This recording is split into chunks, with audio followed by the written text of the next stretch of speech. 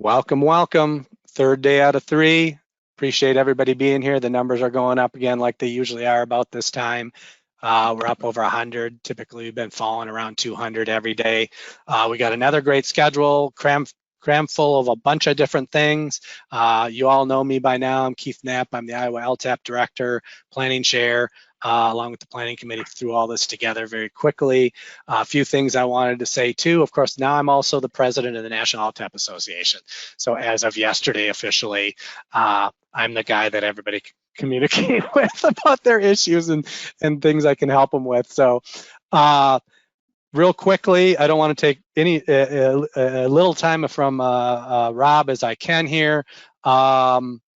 Here's the schedule for today, 10 o'clock kickoff, a little bit of a few announcements, introduction of Rob Hyman out of the Office Undersecretary of Transportation, talking about the Roots Initiative, a partner update with all of our great partners from Nace, AASHTO, APWA. Then we're gonna do a stretch break and interaction. I explain this every day.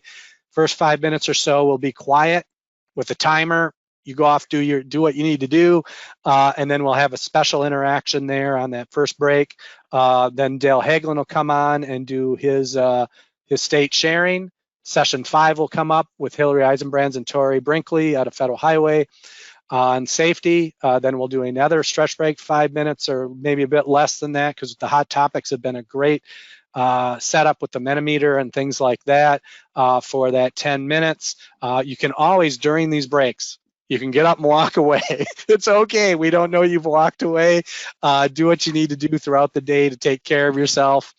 Then we're going to get into about 15 minutes of Build a Better Mousetrap. Right then go back into innovative use of social media with the last session, and then we'll wrap everything up with a few wise words, an announcement about next year, and whatnot. I did want to make an announcement here. We are trying to get Jonathan Fanning back in September here, if we can. We're just gonna search out some funding and things like that. We'll see, so that's tentative. We'll see what happens there. People were really thought he did a great job yesterday. So we have things after this that are part of the conference, including this effective learning webinar we're going to be doing October 21st with Vivian out of the Arizona DOT that the NTTD people set up. So go ahead and go to the conference website. The effective learning one is already up and running for registration. And of course, you're going to get advertising between now and then to remind you that these things are happening, and we may add another one in August. We'll see. So we have things before and things after and during this week. Okay, these are Central Time. All these times are Central. I put them all in Central Time. So remember that when you're looking at the agenda. So without further ado, Rob Hyman is the staff lead for the Rural Opportunities to Use Transportation for Economic Success Initiative, the Roots Initiative, in the Office of the Undersecretary of Transportation Policy at the US DOT. He's been working in the transportation field for almost 2 decades, including years at Federal Highway and Cambridge Systematics. Rob, it's all yours. Thank you. Am I successfully showing my screen? Yes, sir. Great. Hey, so thank you everybody for having me today. I'm here to talk about the Rural Opportunities to Use Transportation for Economic Success Initiative, or the Roots Initiative, which the U.S. Department of Transportation developed to address unique challenges facing rural transportation networks in safety, infrastructure, condition, usage, and funding. Hang on 1 second here. There we go. What I wanted to talk about in particular is a new toolkit that we have produced. It's our first major product of this initiative, and it's meant to provide user-friendly information and resources to help rural applicants in understanding the UST discretionary grant program and funding process. I'll talk a little bit about that more in a second, but first I wanted to give you a little bit of a background on the Roots Initiative before we get going. To understand what this is, we started this initiative last year, I guess about in October, and the initiative has 3 main goals. As I said, we're really focused on helping rural project stakeholders understand how to access US DOT discretionary grants.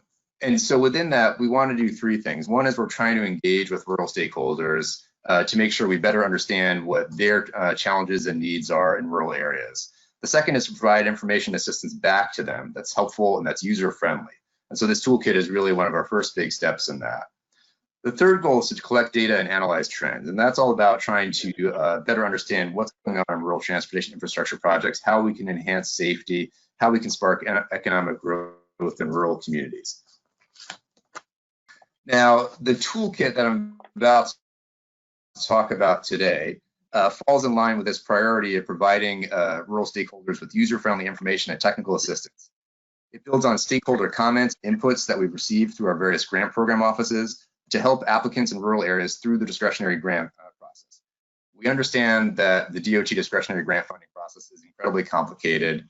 We received a lot of feedback that people really wanted better clarity on what their funding opportunities were, what the requirements were they had to meet.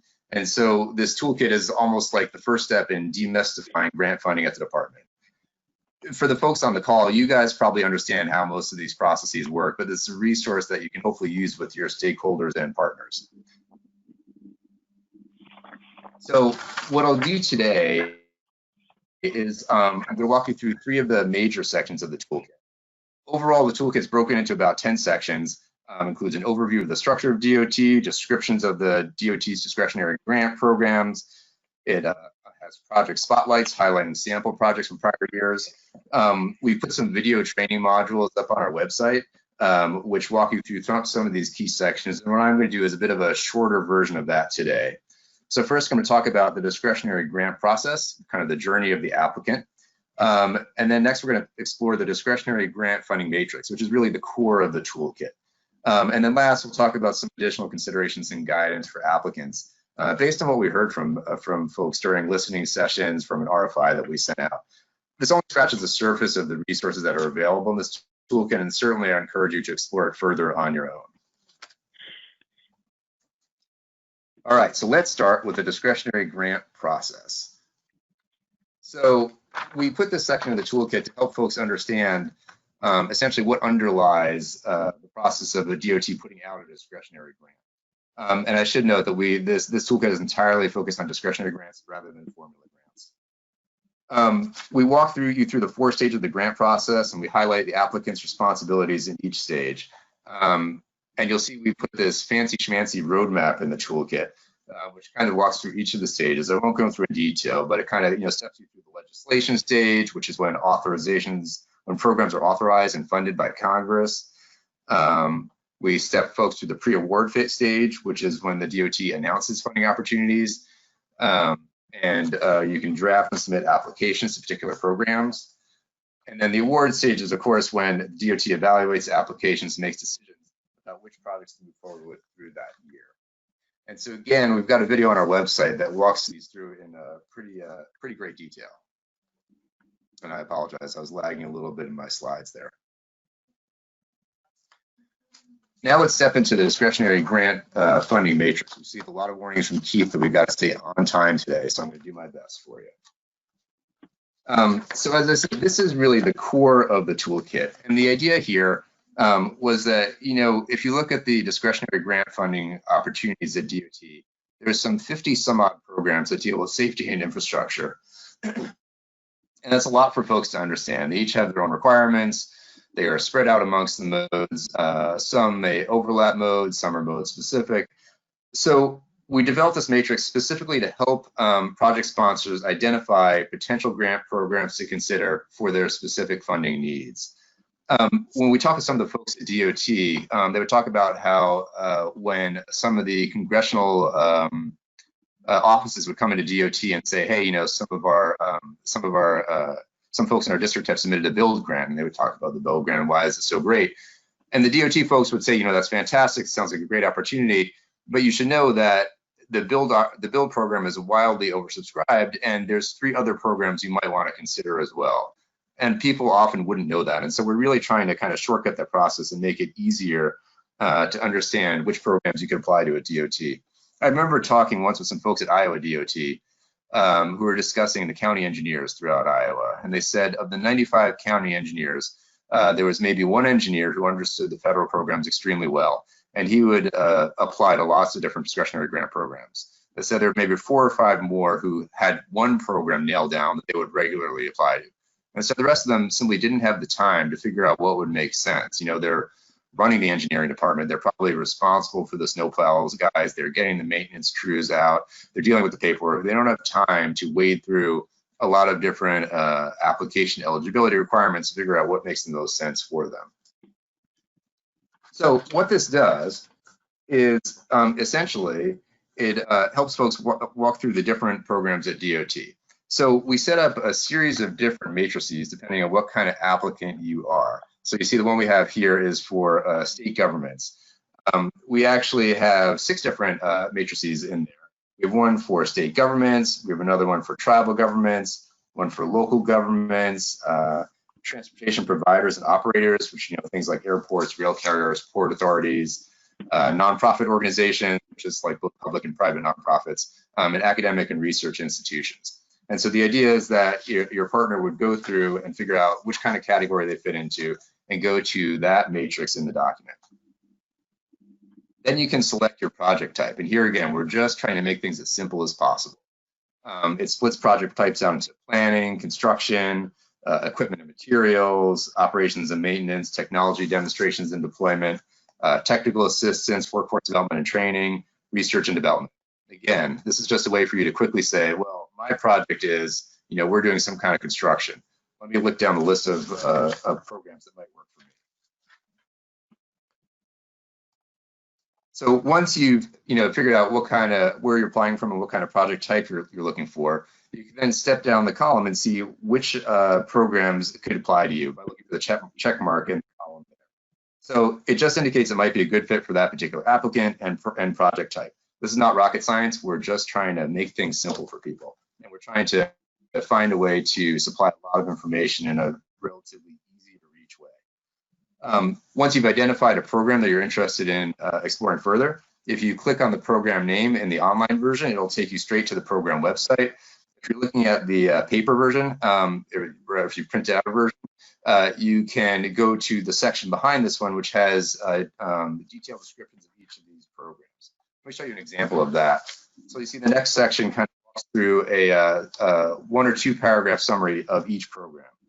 These are not comprehensive. They are meant to be summary and meant to make it easy for you to get brief information about the program, past year's funding amounts, specific criteria, language related to rural applicants or projects. It's grouped by mode alphabetically. So all the FTA programs, for instance, are grouped together on pages 52 through 56. The programs are alphabetical as well. Again, this is a quick way to walk through a lot of information that is otherwise scattered across a lot of the DOT website. You'll also notice we have these icons in the matrix and here in the programs, and that helps you quickly scan the programs as well. So for instance, the one we're looking at here, the Lower NOAA Mission Grant Program, has a check mark in the planning column of the matrix when we were looking at that. So it has a stack of papers icon on this page. So that allows you to quickly glance over the program descriptions and determine which programs support a particular project type. So now let's talk about the maximizing award success part of the toolkit.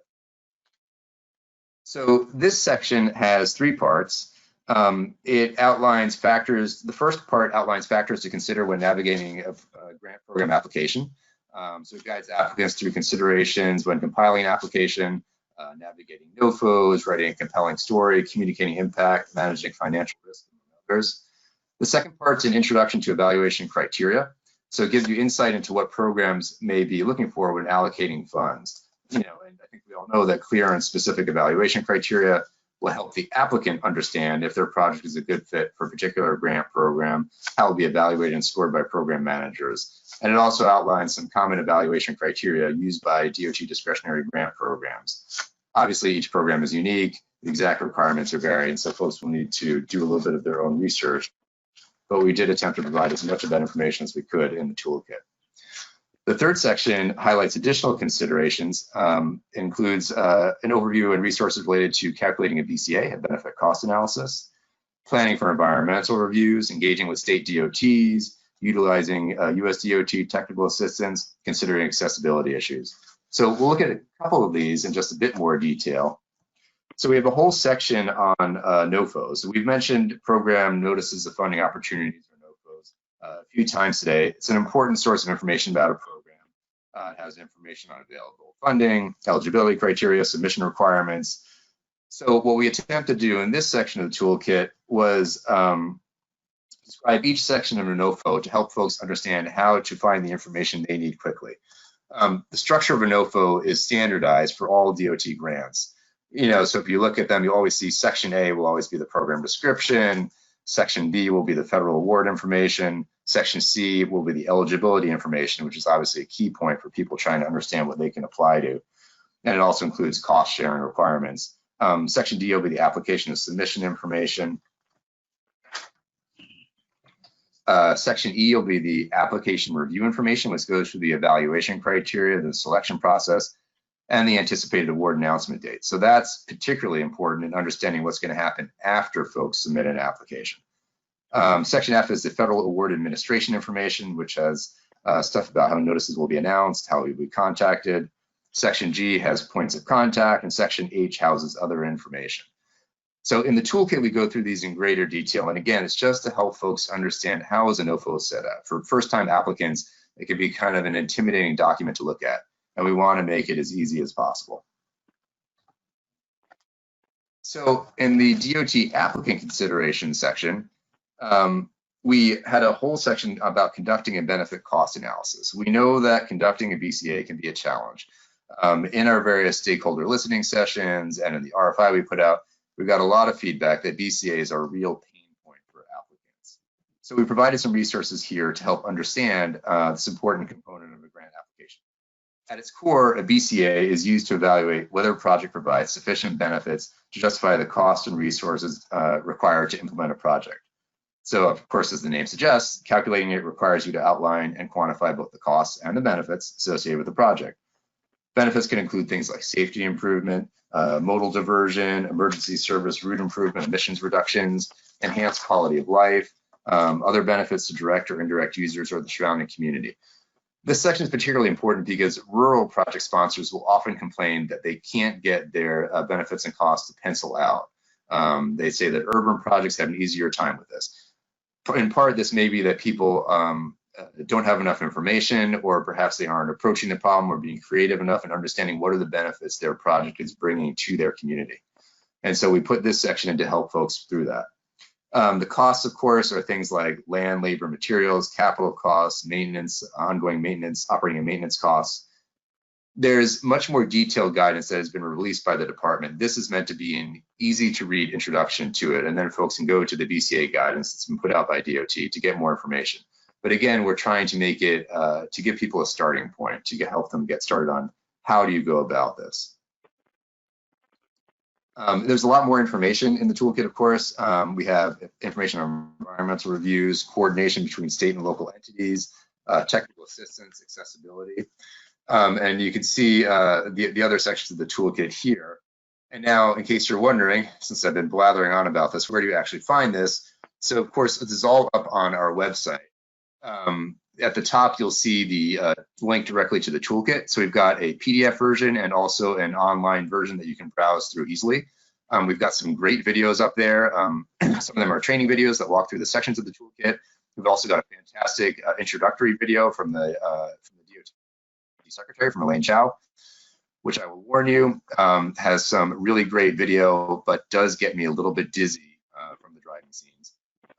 You can email us at the email there. And we also have, you can subscribe to our email blast list. If you look on our website under related links, which will be on the left side, you'll see a little link there for subscribing to our emails.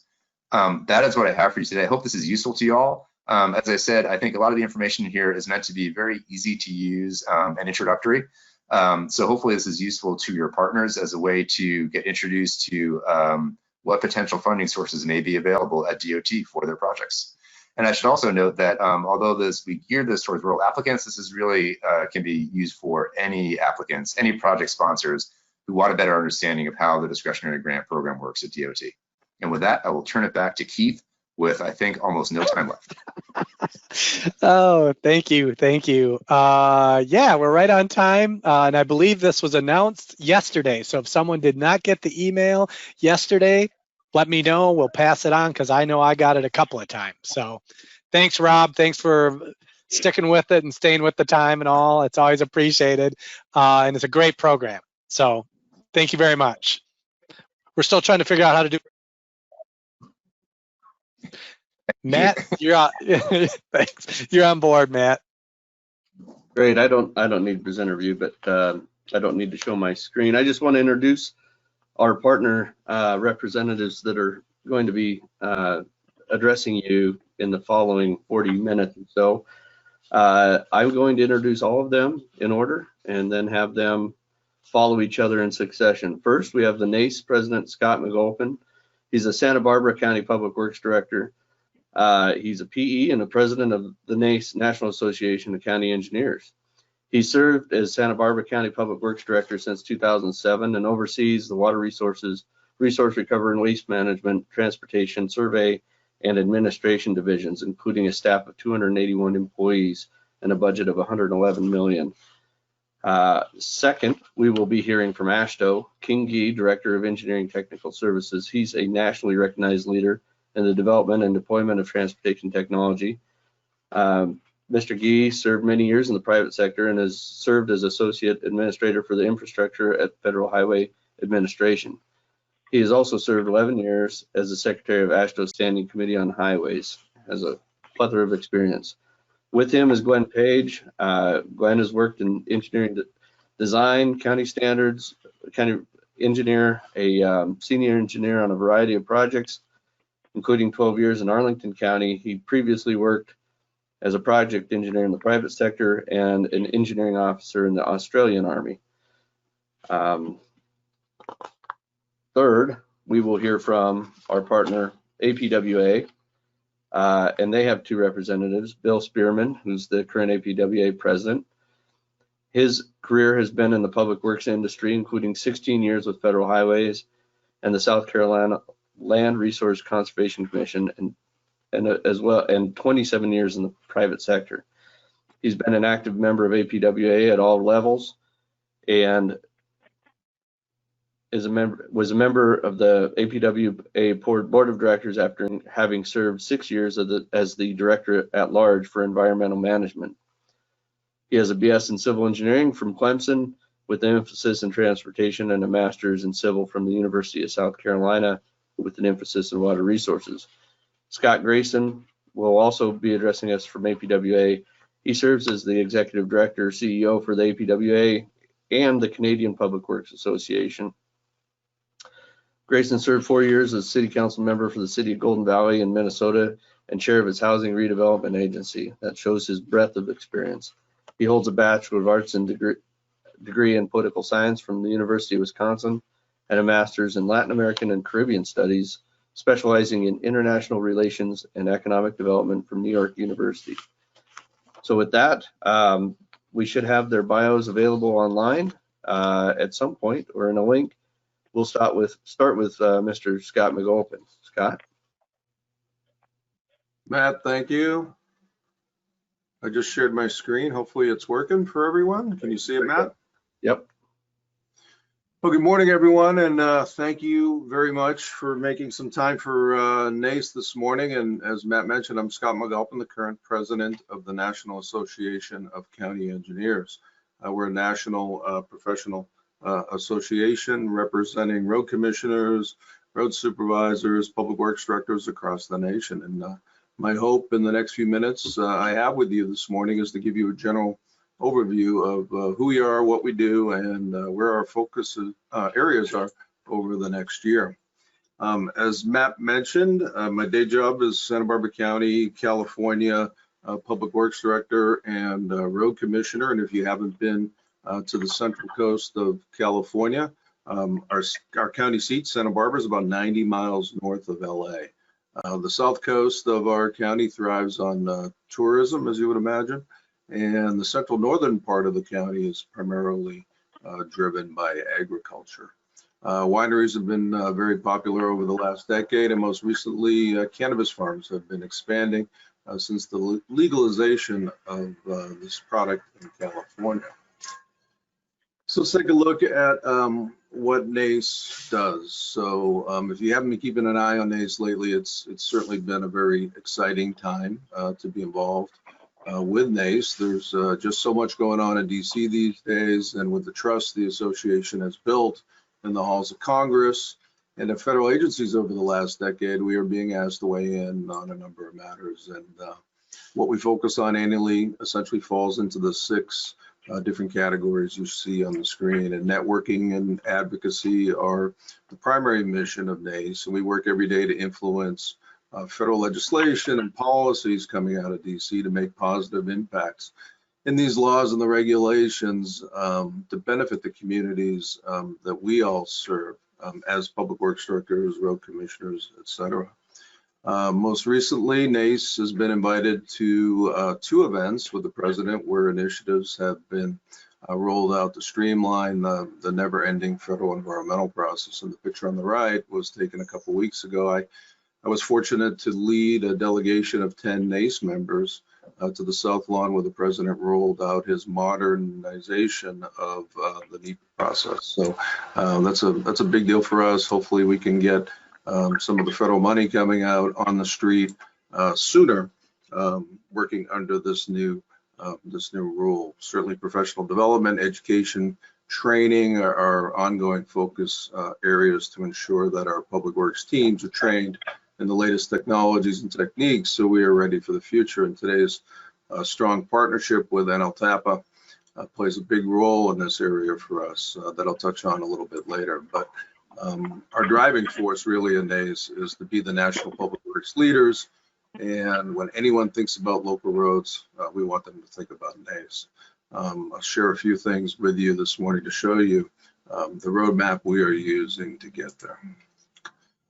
So when you look at the leadership of Nace, it's broken down into 5 regions, and then the regions are made up of state affiliates within those respective regions. We have the Northeast region, Southeast, South Central, North Central, and Western. With over 30 member states, 33 to be exact, we represent over 3,000 counties across the United States, and our voice is heard not only on Capitol Hill, but as I mentioned most recently at the White House. Our efforts today are really guided by our strategic plan, which was developed a few years ago by our executive committee and our board of directors of Nace. And it's really the roadmap that we use every year as we move the organization forward.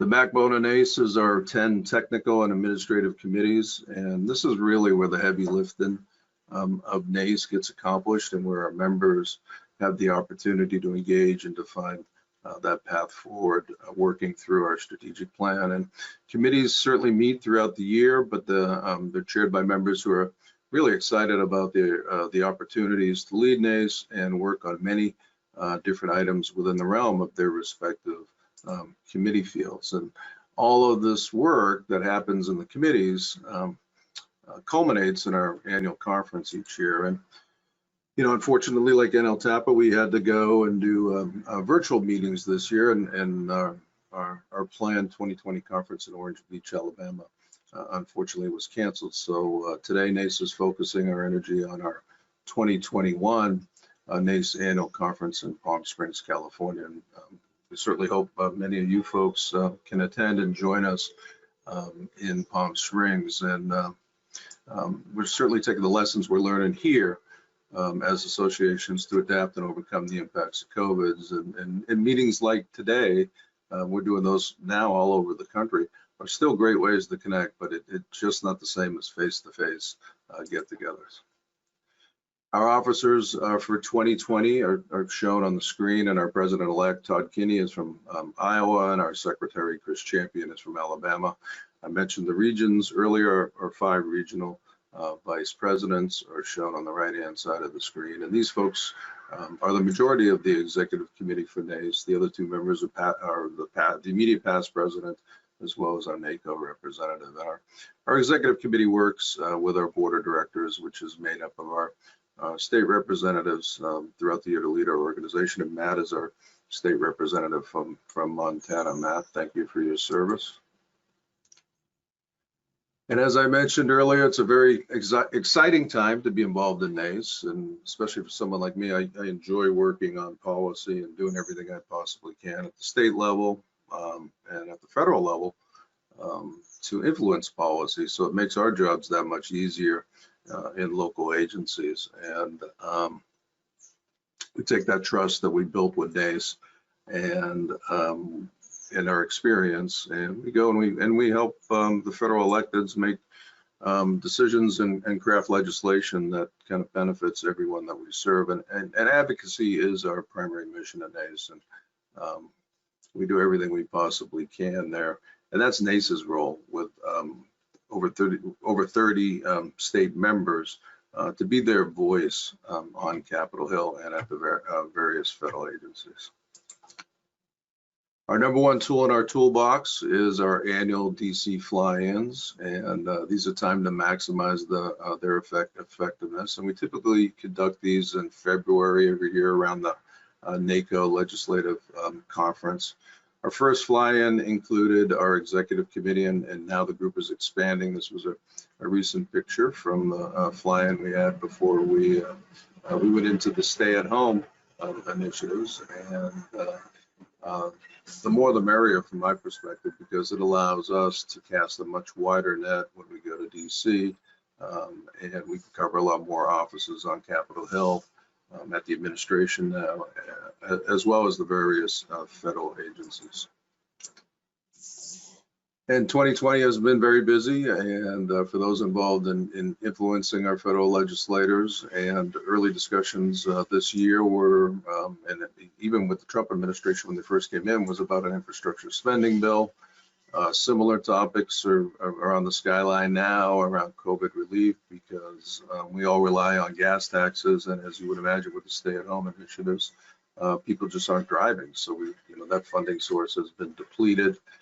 So hopefully there's some revenue for us down the road there to help us fill those holes in our budget. Last year, the Senate released their priorities for reauthorization of the transportation bill. A few weeks ago, the House did the same. Nace has a very focused list of legislative priorities, and they fall into the categories you can see on the screen. But I think the thing that's exciting for us, and we're most encouraged about, is in the House version of the bill, we're seeing more opportunities for direct funding to local agencies, and that's been one of our priorities for a long time. The direct funding looks like it's going to be more competitive. We'd like to see subvented funding that comes straight to local agencies, because what I always say is if you could put $1 directly in a county engineer's hand, it's going to go further and it's going to get spent faster if it can get to that county engineer directly. So our understanding now is the next stop for the reauthorization of the transportation bill is going to be reconciliation. So that'll be another opportunity for Nace to get involved as well. Nace's recent visits to the White House around regulatory reform to deliver our projects sooner. It's always encouraging for us when we see language in there that's very similar to what we've been talking about on Capitol Hill. So Nace is affected some change in DC, and something we're all very proud of. But we couldn't do all this without our affiliates and our partnerships, and we value the partnership that we have with NLTAPA. This technical partnership provides the professional development that all of our Nace members use around the country, which helps us deliver outstanding public works services across our membership. I know a lot of our states get operational training throughout the year from the LTAPs, and being technical experts in our field essentially allow us to show up on Capitol Hill or the administration and as experts, known experts in the transportation field, and it helps us in the advocacy arena every time. So we really appreciate that support. In California specifically, my staff go to the LTAP quite a bit for the technical training that's provided here. Caltrans is an agreement with Sacramento State, and they provide an outstanding program of traffic engineering, signal design work. One of the programs that is wildly successful here in California is the roles and responsibility of resident engineers, and there's quite a waiting list for that. I understand in some states there's more operational type training, and maybe that's something we can work on in the future as well with NLTAPA, is try to figure out how to share those other state resources on the operations side with some of the more technically focused LTAPs. So certainly something I'd be interested in working on.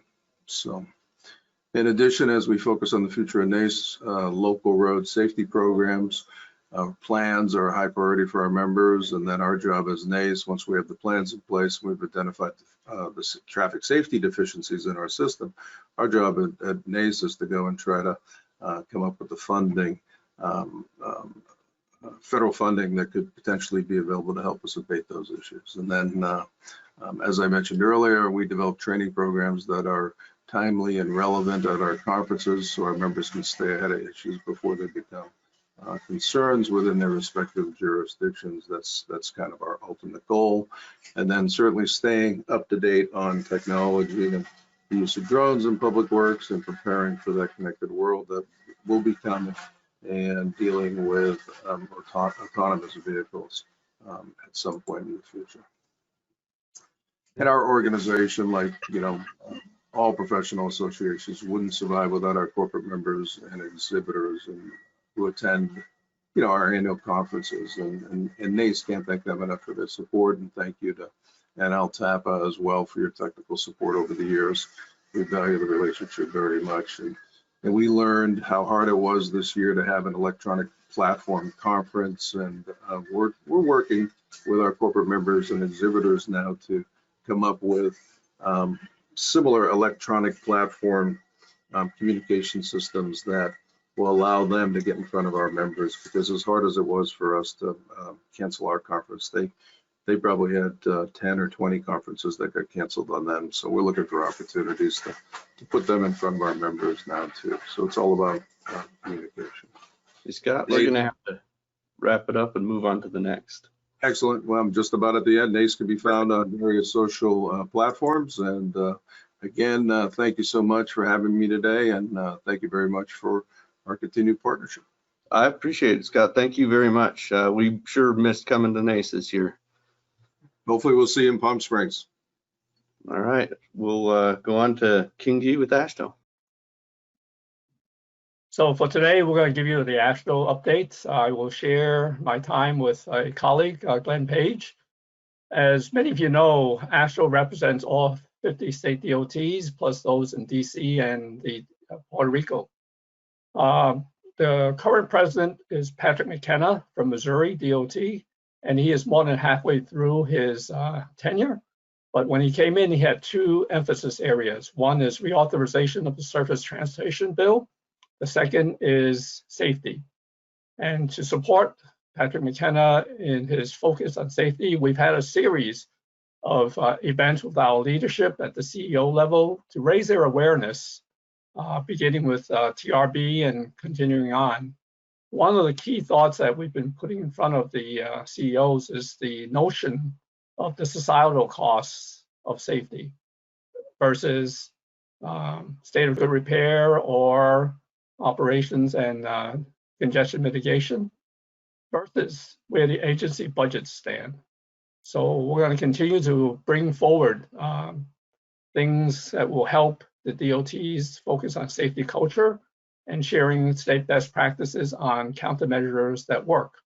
And the TZD subcommittee is reviewing all of our committee's strategic plans and action plans to make sure that our safety focus is sharp. There will be an upcoming series of webinars on safety topics that Kelly Hardy will make sure that NLTAPA is aware of. The reality is, like everybody else under COVID-19, all of our meetings through October have been virtualized. One of the key things that we focused on early on in the lockdown and the pandemic was working with Congress and federal highways on truck size and weights to make sure that the overweights were allowed to get the necessary materials to and from markets. During the COVID period, we also saw a huge upsurge in the use of TC3, and Glenn will talk about that later. We're also very much focused on the budgetary impacts, as Scott was talking about earlier, and that's where we are engaging with Congress now. Initially, we did a rack up, and there was a gap of about $50 billion in state revenues from gas taxes and sales taxes and whatnot, just to keep the door open and the programs going. We've refined that number. It is now about $37 billion, but it's going to be dragged out longer than just 2021, just because of the way the revenues flow and the program and the budgets flow. So we're working very closely with Congress on that. The other thing that we're working with Congress on is, again, reauthorization of the surface transportation programs. As Scott mentioned, the House and the Senate are going to have to go to reconciliation. There's a big gap between the two bills. And on the actual side, we are much more supportive of the Senate bill. Having said all that, even if it wasn't for COVID-19, which is sucking out a lot of the air in Congress, we are very pessimistic that in this presidential election year that we will have anything that comes out of the Congress for reauthorization. So we'll stay tuned. We're pessimistic, but we're continuing to go forward. In terms of knowledge management, that is a new committee that we created under the restructuring of the actual committees in 2016. The Committee on Knowledge Management was created in 2017. We have met twice now as a committee, but this third year we went virtual. It is chaired by Victoria Sheehan, the Commissioner of the New Hampshire Department of Transportation, and the Vice Chair is Lenny Ullman from Washington State. We have 43 states that are currently represented, and there will be webinars. I'll talk about that afterwards, but the whole point of the Committee on Knowledge Management is to help state DOTs and others to understand knowledge management and to build the state's capacity for that. As everybody may know, every state DOT, every agency practices some form of knowledge management. You may not call it that, and you may not all put it all together under one heading. So there are resources on the CKM webpage that will help any agency on that journey.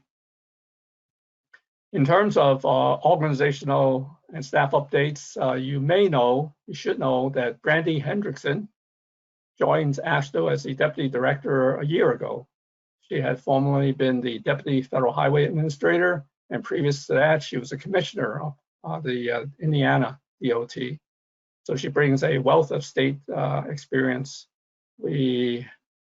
With her coming on board, we realigned the staff divisions so that we will have a renewed focus on safety. We are re-energizing the safety committee activities towards zero deaths. We are looking at resources for doing more of what works and safety culture, as I mentioned earlier. Part of what the focus is to really institutionalize operations. So we're not just building infrastructure, but we're looking at how we can efficiently operate and maintain the network. We are focused on knowledge management, which is also within my division. And then there are these 4 emerging mobility areas: connected vehicles, automated vehicles, electric vehicles, and mobility as a service. So here is the series of safety webinars that are coming up.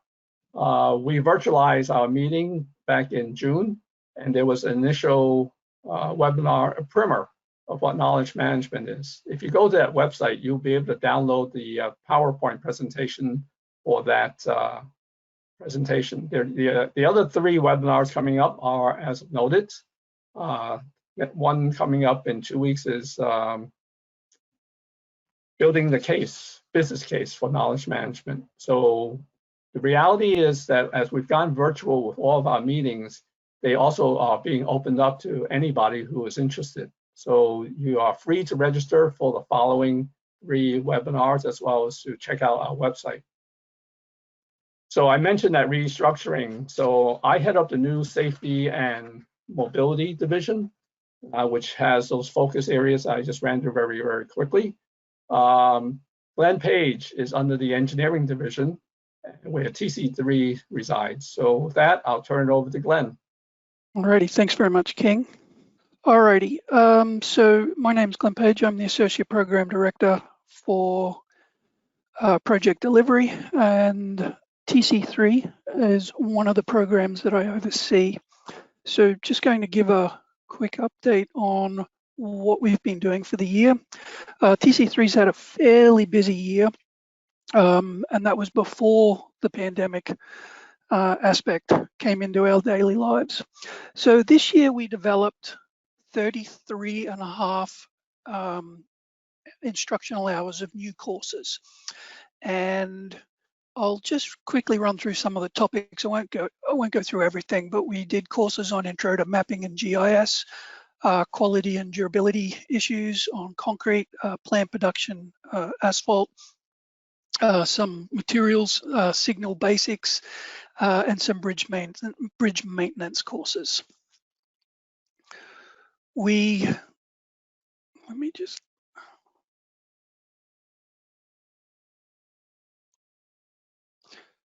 also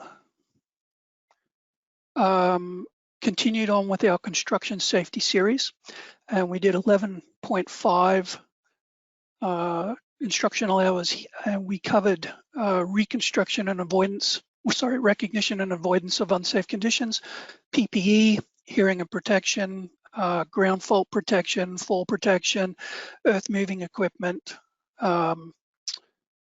demolition of structures, concrete masonry, hazardous materials, and so forth. One of the advantages of our program is because we have a national reach, we are able to work with state DOTs, some of which have developed training themselves and are willing to share with us so that we can get that training out at a national level, or some of the states that have previously developed training that just don't have the ability to maintain the training. So they will hand it over to us and we will pick it up from there and basically run the course. So this year we received 7 courses from UDOT. 2 of them were on quality assurance, so they were micro-learning topics, quality assurance concepts and random sampling. And we had 5 courses on materials. We also took on board 10 courses from HMAC, so the Highway Materials Engineering course, previously from FHWA, and we focused on the quality assurance side of things. So intro to quality assurance, introduction to variability, collection data through sampling, calculating statistical values, normal distribution, and so forth.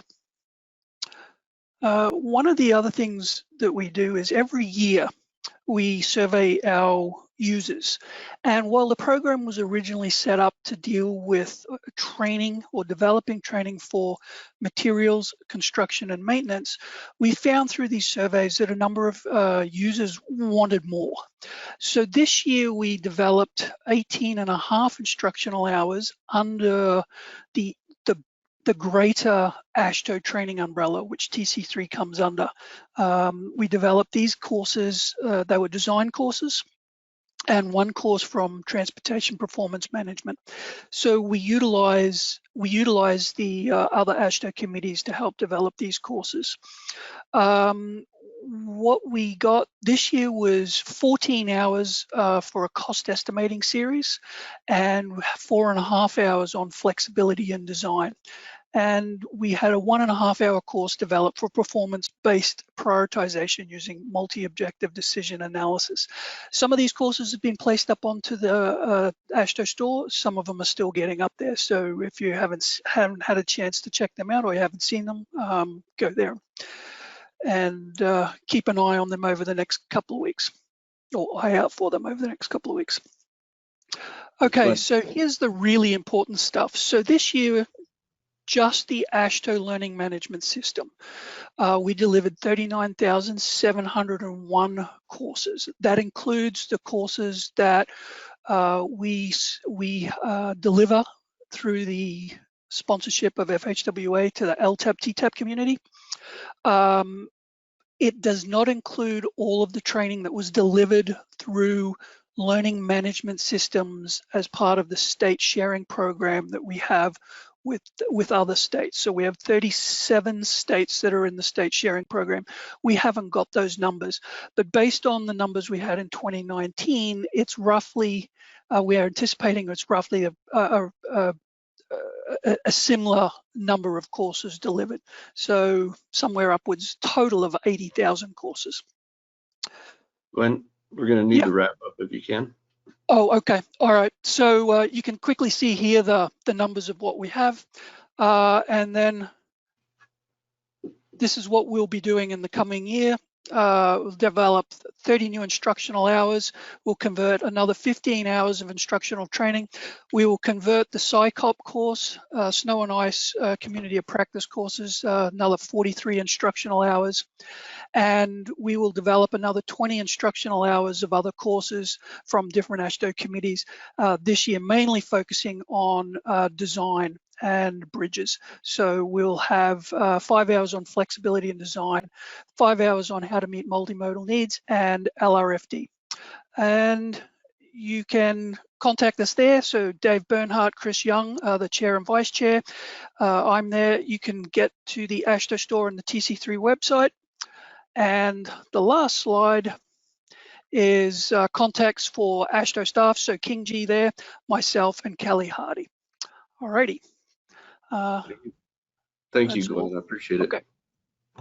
Now we're on to Bill Spearman and Scott Grayson with APWA. Thank you very much, Matt. Definitely appreciate this opportunity to be with you guys, to be with our partners here as we work things out together.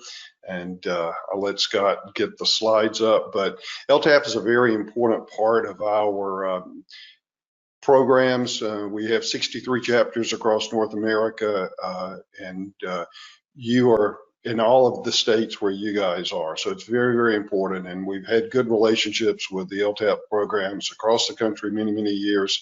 I do also have to mention that King G is a dear friend of mine. We were classmates in the Highway Engineer Training Program at FHWA. And for those old timers around, I've actually followed Joe Toole as the coordinator of the Highway Engineer Training Program. So we go back a long way. But Scott, next slide, and we should work, buddy. But again, as we talked about being the partnership, you know, working together is really the important part of this, what we're trying to do. And we've had a partnering agreement with the LTAP programs around the country for many, many years. And so it does help us build those stronger communities. We have now continued to work there, so I really appreciate it. We've also been dealing with a strategic plan. And Scott, cover a little bit about our new strategic plan that we just adopted. Yeah, I will. I was muted, so I was kind of struggling. Is everyone able to hear me? Yes. People like muting me, but I want to first say thank you for having us. When I started my role about 4 years ago, I spoke at this meeting. And before I went, I really didn't know much about LTAP at all. And I asked staff, what is it? And they couldn't really respond that well. And so on my flight out, I read the strategic plan of it, past meetings. And over the years, we've really created an excellent partnership. We have an MOU, which we're actually working.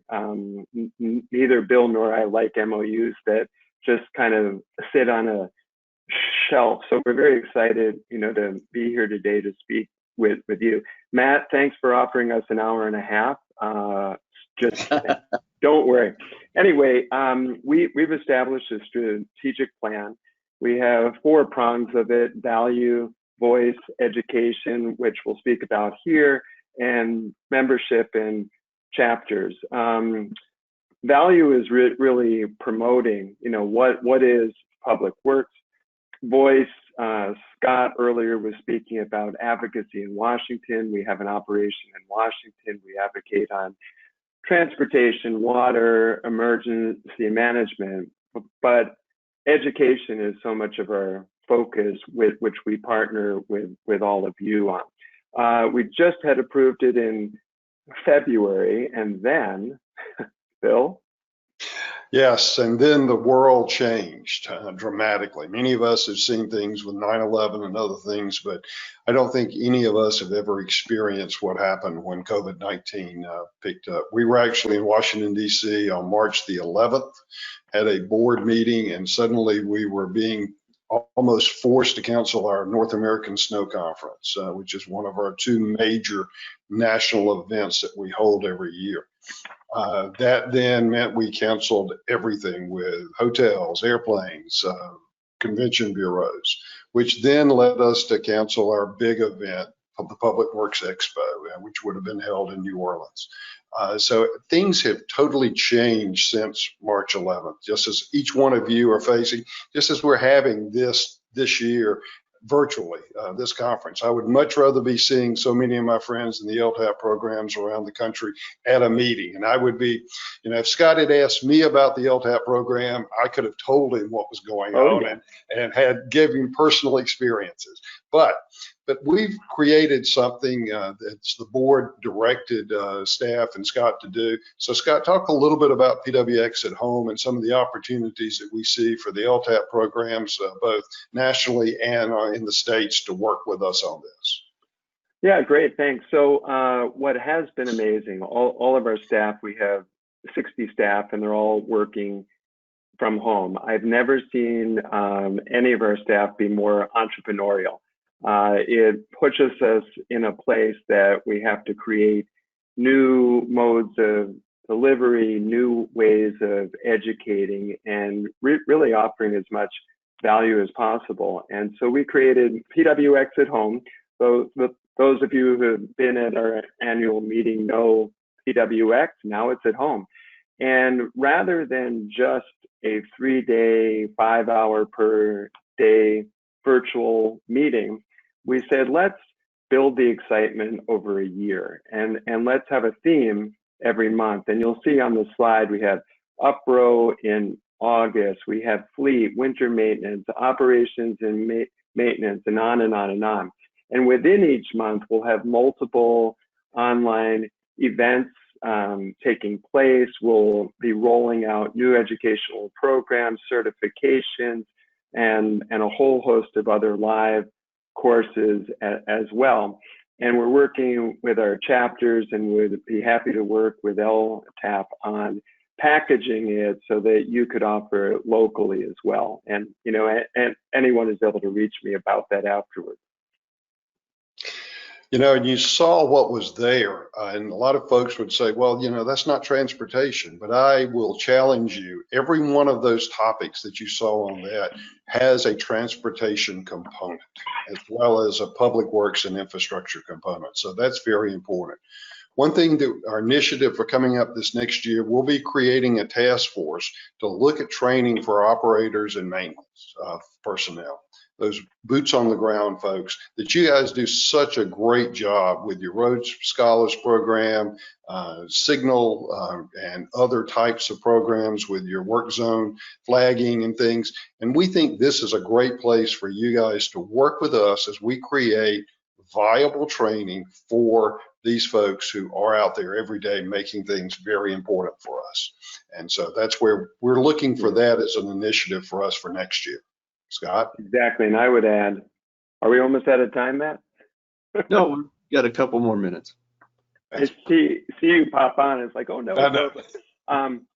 So the slide I have up here shows an image of our website. We have a link to all of you and what your programs are, and so many of our chapters around North America are working hand in hand with you. So, this is one more illustration of collaboration and our partnership. We've created a one-stop shopping, and I know a lot of you have used this or use it a lot. It's our members library, and I know FHWA sponsors one membership per LTAP. We're at about 50 right now. But we've also created lower pricing so that if you want to add more on your own, you're able to add that. And what that gets you is access to all of the education that we have on our members library. And so we have, live webinars, we have archived ones, we have interactive exercises. This is also do it yourself at home. There's a lot of at home right now, but we launched Math 101 programs that are very applicable to the LTAP programs, as well as ethics. And you can really lead this on your own with small groups at home. We just launched a couple of weeks ago, Roadway Maintenance. Has a pretty new cover, nice graphics, but a lot of really good meat inside. So this is applicable as well. Phil, you want to speak about certification? Yeah, just very, very quickly. We have 5 major credentialing programs out there covering a whole gambit of things. And we think this is an opportunity that you guys can help us with some own local training to help get these credentials out there for our folks, as well as some new certificate programs for folks who really don't care about a credential, but are really more focused in on getting the knowledge out there. We also have an opportunity for you not only to help us with training, but also to get involved with APWA. We have 10 technical committees. And we have many people, James up there in North Carolina serves on our committee, other folks around the country serve on our technical committees. This is a great place for you to become involved, to share your expertise. And if you don't actually get on the committee, we also have what we call knowledge teams. So you can provide that specific expertise that we definitely need. I'm gonna skip over that slide. Yeah. And I was speaking about membership. So even though FHWA sponsors one, we've offered the group rate, if you will. If you need any more, you're able to reach us about that. And then lastly, here's a whole host of ways that we want to work with you. I know we've opened the fire hose on you this morning, and we only had 12.5 minutes, and we're only at 8. But please reach out. You're able to reach me, and then also if you want to follow what's happening, and there's a lot happening. We're on Instagram, Facebook, Twitter, and we're out there. So with that, I love opening it up, to have questions and have interaction. I see there's 205 people in the audience, and I can only see Bill Spearman, which is not an awful thing, but I see him a lot. So with that, thanks. Bill, any last words? Well, just thank you again. Thank you to our partners. Thank you to Nace. Thank you to AASHTO. Thank you to the LTAP program and the national program. Thank you for what you do for us, because we work together to serve the same people. And we have the same goals in mind to make the communities where our people live better. And so I definitely appreciate this opportunity. Matt, look forward to meeting you one day, and all the other folks there that we've seen on the panels. Thank you for everything you do, and feel free, as Scott said, to reach out to him or to me on apwa.net. You have my contact information, so please feel free to reach out to us and anything that we can do to help you. So thank you guys very much. Thank you so much. I appreciate it. And thanks to all of our partners for their presentations. We really value that and your time spent here with us. Thank you. Yeah. Thank you so much, everybody, all our partners. We have such strong partnerships, and we need to. We're just going to take a 5-minute quiet break. So if you're on, you should hear. This is David Orr and Mary McCarthy, and yes, we're going to embarrass Donna Shea, our now past president. You're in trouble. I know I'm in trouble, but see, I'm remote, so you can't get me easily. So what we know, we weren't going to be able to have a card that folks could sign this year. So instead, we had folks send us pictures. And anybody who's on today who would like to add to the pictures before I send them to all of them to Donna, please feel free. I don't mind adding a few more. So I will start playing all the pictures. We had folks send us memories, old pictures, new pictures, their memories with you from all over the country. And we will get those to you. I will get this to you. Some of them you're going to have to answer why you should never answer the phone, vacationing poolside. Okay. Oh my so gosh. hopefully some of them will make you laugh. Some people didn't want to send pictures, but they just wanted to send thoughts. So they did that. Obviously, some of the pictures were pre-COVID, no mask.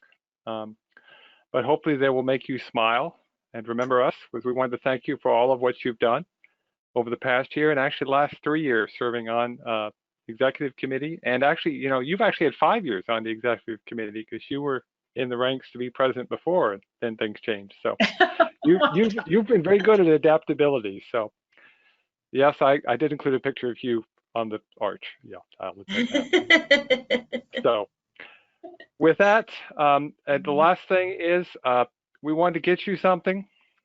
Everything we tried to get you was out of stock. So, I'm serious. It's just been one of those things.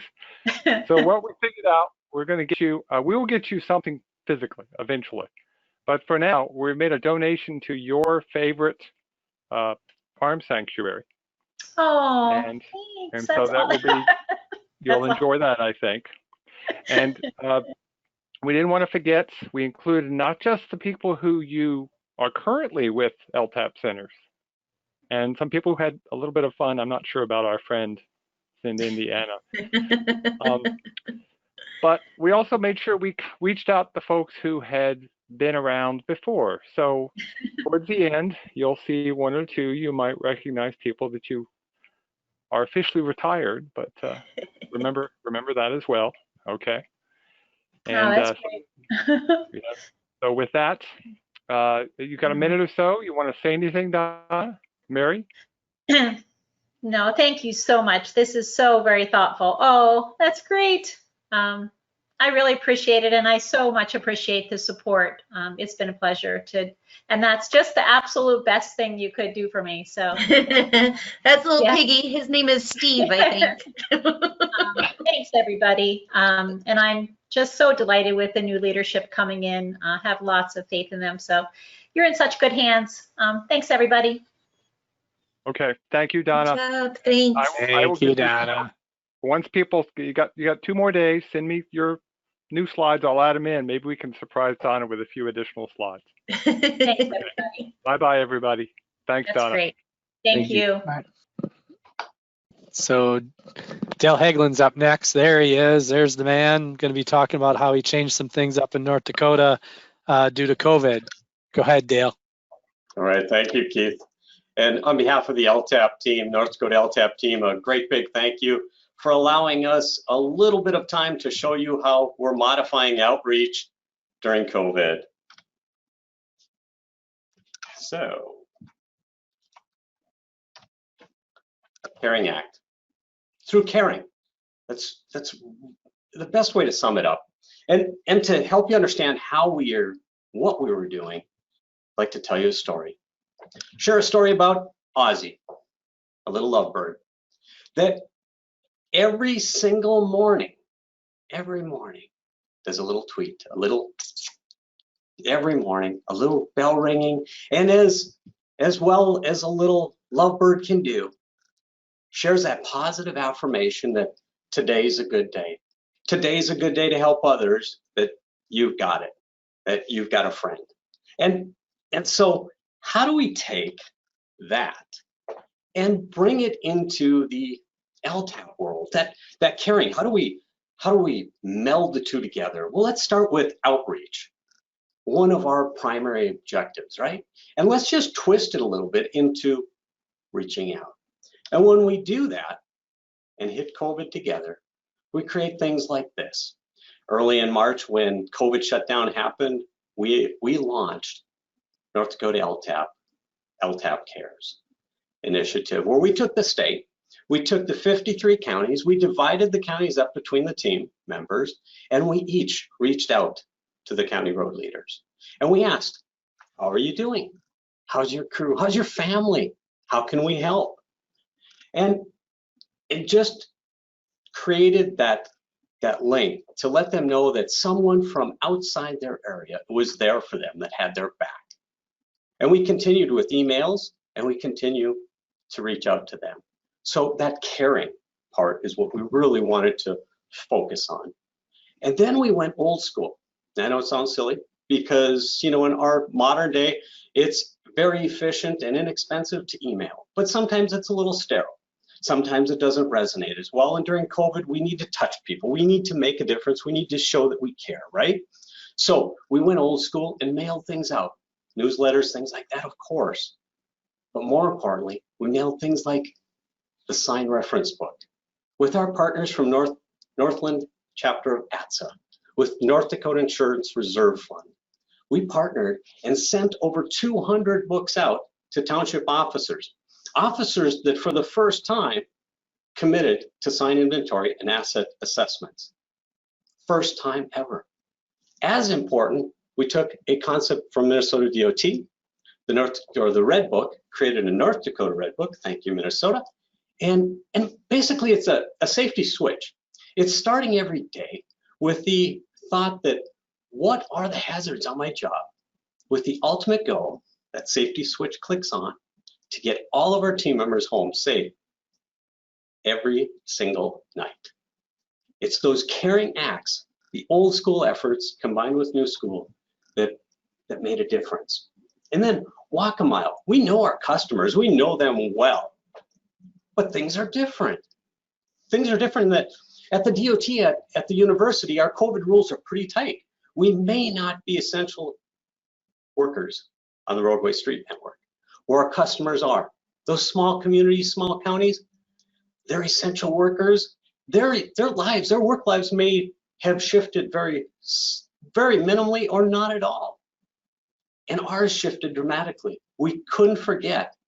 We needed to understand where our customer was and not intermix the two. So understanding where our customer was at. So to hit that mark, in May, we launched a hybrid model where in the background, we have virtually people from across 2 states helping the Federal Highway and DOT launch a new style of gravel road maintenance and construction. And we have the contractors in the room. So we meet the contractors' objectives to provide a good project and make money. And they understood the project well. We launched steering committees where we connected people across the state to elevate some of our projects, create champions, grow their networks. And then as we tiptoed into the classroom environment, we did the social distancing, but we maintained that face-to-face effort. We started that in June, and we continue because that is the effort that our group wanted. Now, the Aussie Factor. Sadly, our 16-year-old lovebird passed away 2 weeks ago. But he left with me that every morning, every cup of coffee, every morning, how can we do better? How can we be the teacher, the lifeline, the advocate, the mentor, the person that our county leaders need? That's what he left with me, and that's what we can leave with others. So I'll leave with you the task to identify what's your LTAP factor. What's your, through the customer's eyes, LTAP factor? Thank you. Thanks, Dale. Always great to see you again. Remember your LTAP factor and think big purpose, right? Yep. Something bigger than what we do. Go with your values. Okay, thanks, Dale. Up next, I'll hand it over to Layla from the Idaho LTAP, and she'll introduce our next speakers. Hey, there you are. Hey, thanks, Keith. So today we're having the alphabet soup of safety countermeasures, and we have 2 speakers today. First, Hillary Isabrand. She served in the transportation profession for over 23 years. She focuses her work on improving the design and safety of our nation's roadways by providing technical assistance, training, and technology deployment of proven safety countermeasures. Hillary is currently a senior roadway safety engineer with the FHWA Resource Center, Safety and Design National Technical Service Team. She specializes in local and rural roadways and roundabouts. Hillary is a professional engineer, a National Highway Institute certified instructor, and has her bachelor's, master's, and PhD in civil engineering. Hillary's the secretary for the TRB Committee on Roundabouts, past member of the TRB Committee on Geometric Design, and past chair of the ITE Roundabout Task Force. Hillary's bio is alphabet soup as well. Tori Brinkley has a second presenter, Tori Brinkley. She's a bachelor's in civil engineering from Cal Poly San Luis Obispo and is an Oregon licensed PE. She started her FHWA career in the Highway Engineer Training Program, concentrating in traffic and intelligent transportation systems, with assignments in California, Minnesota, Central Federal Lands, and Old FHWA Region 1 in Albany, New York. Her permanent assignment after the training program was in the Oregon Division as the ITS engineer. During her time in Oregon, she has took on the roles of traffic and safety engineer, along with some area engineer duties. In 2001, Tori became the highway safety engineer in Western Federal Lands Division, reviewing project plans and providing technical support to federal lands, highway, and federal lands management agencies in the area of traffic and safety. And with that, I will turn it over to Tori and Hillary. Okay. Good morning, everybody. I'm in a remote location from my household, so I'm not going to be showing a video, just in case it messes up with presenting. So here, alphabet of safety countermeasures. And so we're trying to be funny a little bit. So today is brought to you by people from the FHWA, and I did trying to think of a song, but that just didn't have time for that. I'm going to go over a little bit of what's going on in STEP currently, and then touch upon some new things that are coming out of Forward. The STEP was part of one of the EDC efforts to do a conversation. And so I will just show a portion of the 10-minute conversation between Peter Unn, who's one of my teammates on the Resource Center. And he's in a conversation with Virginia DOT, talking about what they're doing with STEP. They are doing some more information, more interaction with. Okay, so that's just a snippet of what's from, I think, the first FHWA innovation conversation that's out there. Peter has also been doing a whole bunch of Q&A webinars out there, focusing on different topics, different countermeasures from the STEP initiative. Now I will show the LPI video that we have out there, at least a portion of it. So leading pedestrian intervals was added into the STEP 2.0 under EDC 5.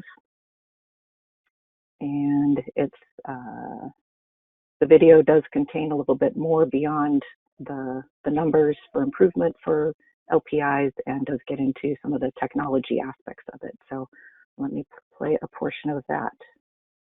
All right, so that's just a sampling of what's out there with the under the STEP program as part of EDC. Now for Forward, which is the focus on reducing rural roadway departures, we have a couple new videos that are out there. I'll play All of the Sweet Sound of Safety, which is a nice short PSA about rumble strips. And then I will show the chevron signing.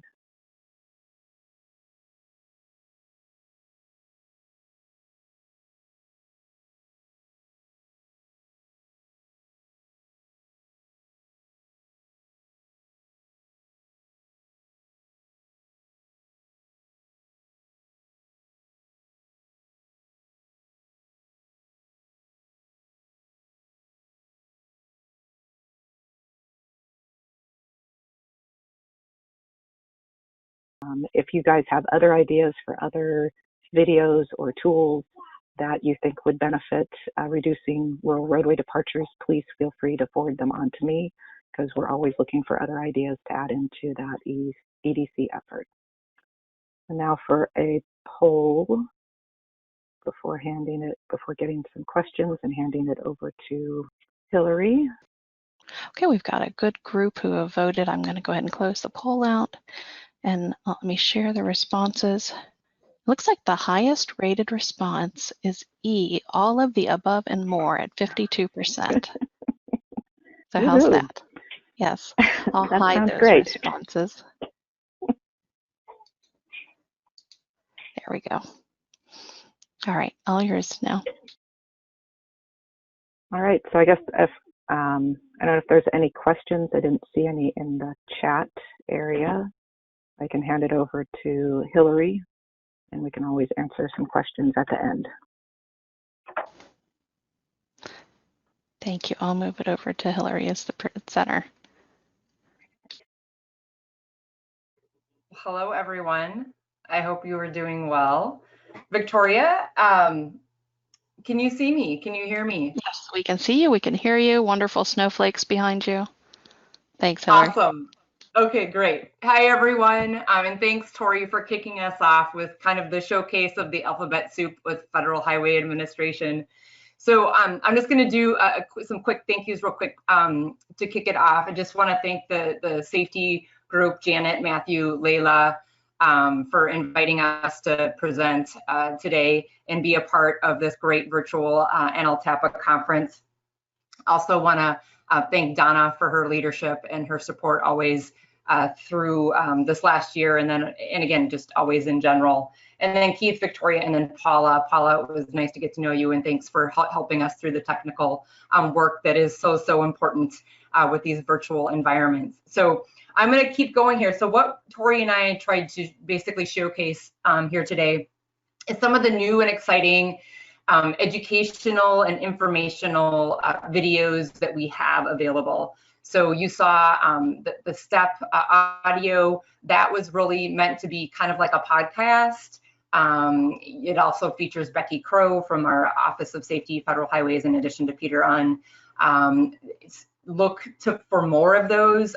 Those are been pretty popular and it's got good response thus far. The other thing that Federal Highways has been really active with recently is we've been doing some PSAs, so some public service announcements. And so I am actually going to play one for you right now. We've got two in the intersections area, and for those of you that know me well, I spend, in addition to local and rural roads, I spend a lot of time in the intersections area. But we have one on arc cuts, so the restricted crossing U-turns, there's a PSA, and there's also one on, of course, one of my favorite topics, roundabouts. So I am going to play the audio. This is just an audio PSA for roundabouts. Now, if you are interested, so this is, it was meant and it was set up and created to play on the radio. So we have a very high quality version of this that we do want to share with you, that is great to share with your local radio station. Maybe you've got maybe a TV station that you have within a local agency. I know the county we live in actually has one, but we've got a couple of different versions of these audio files. We want to make sure that you have that available to you, that you can share and have available at the LTAP centers that you can share with the local agencies. So I am going to go ahead and attempt to share the file for this one, Victoria.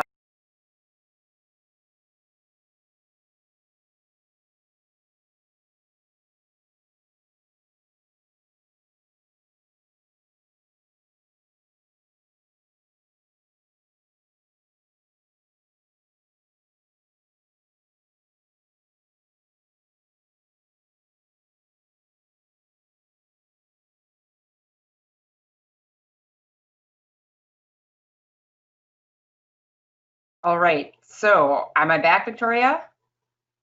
You are. Okay, great. So again, we put the visual up there so you guys could see it, but the idea is that would play on the radio, so you would hear that as you're driving down the road. And again, it's really meant for education. It's meant to help those in the communities that you all work with, for them to have a better understanding of roundabouts as well as safety. So think about National Roundabouts Week. Think about other traffic safety awareness weeks that might be an appropriate time that you work with a local radio station, or even any other TV station or something like that could actually be played. So I am going to go back to my screen here.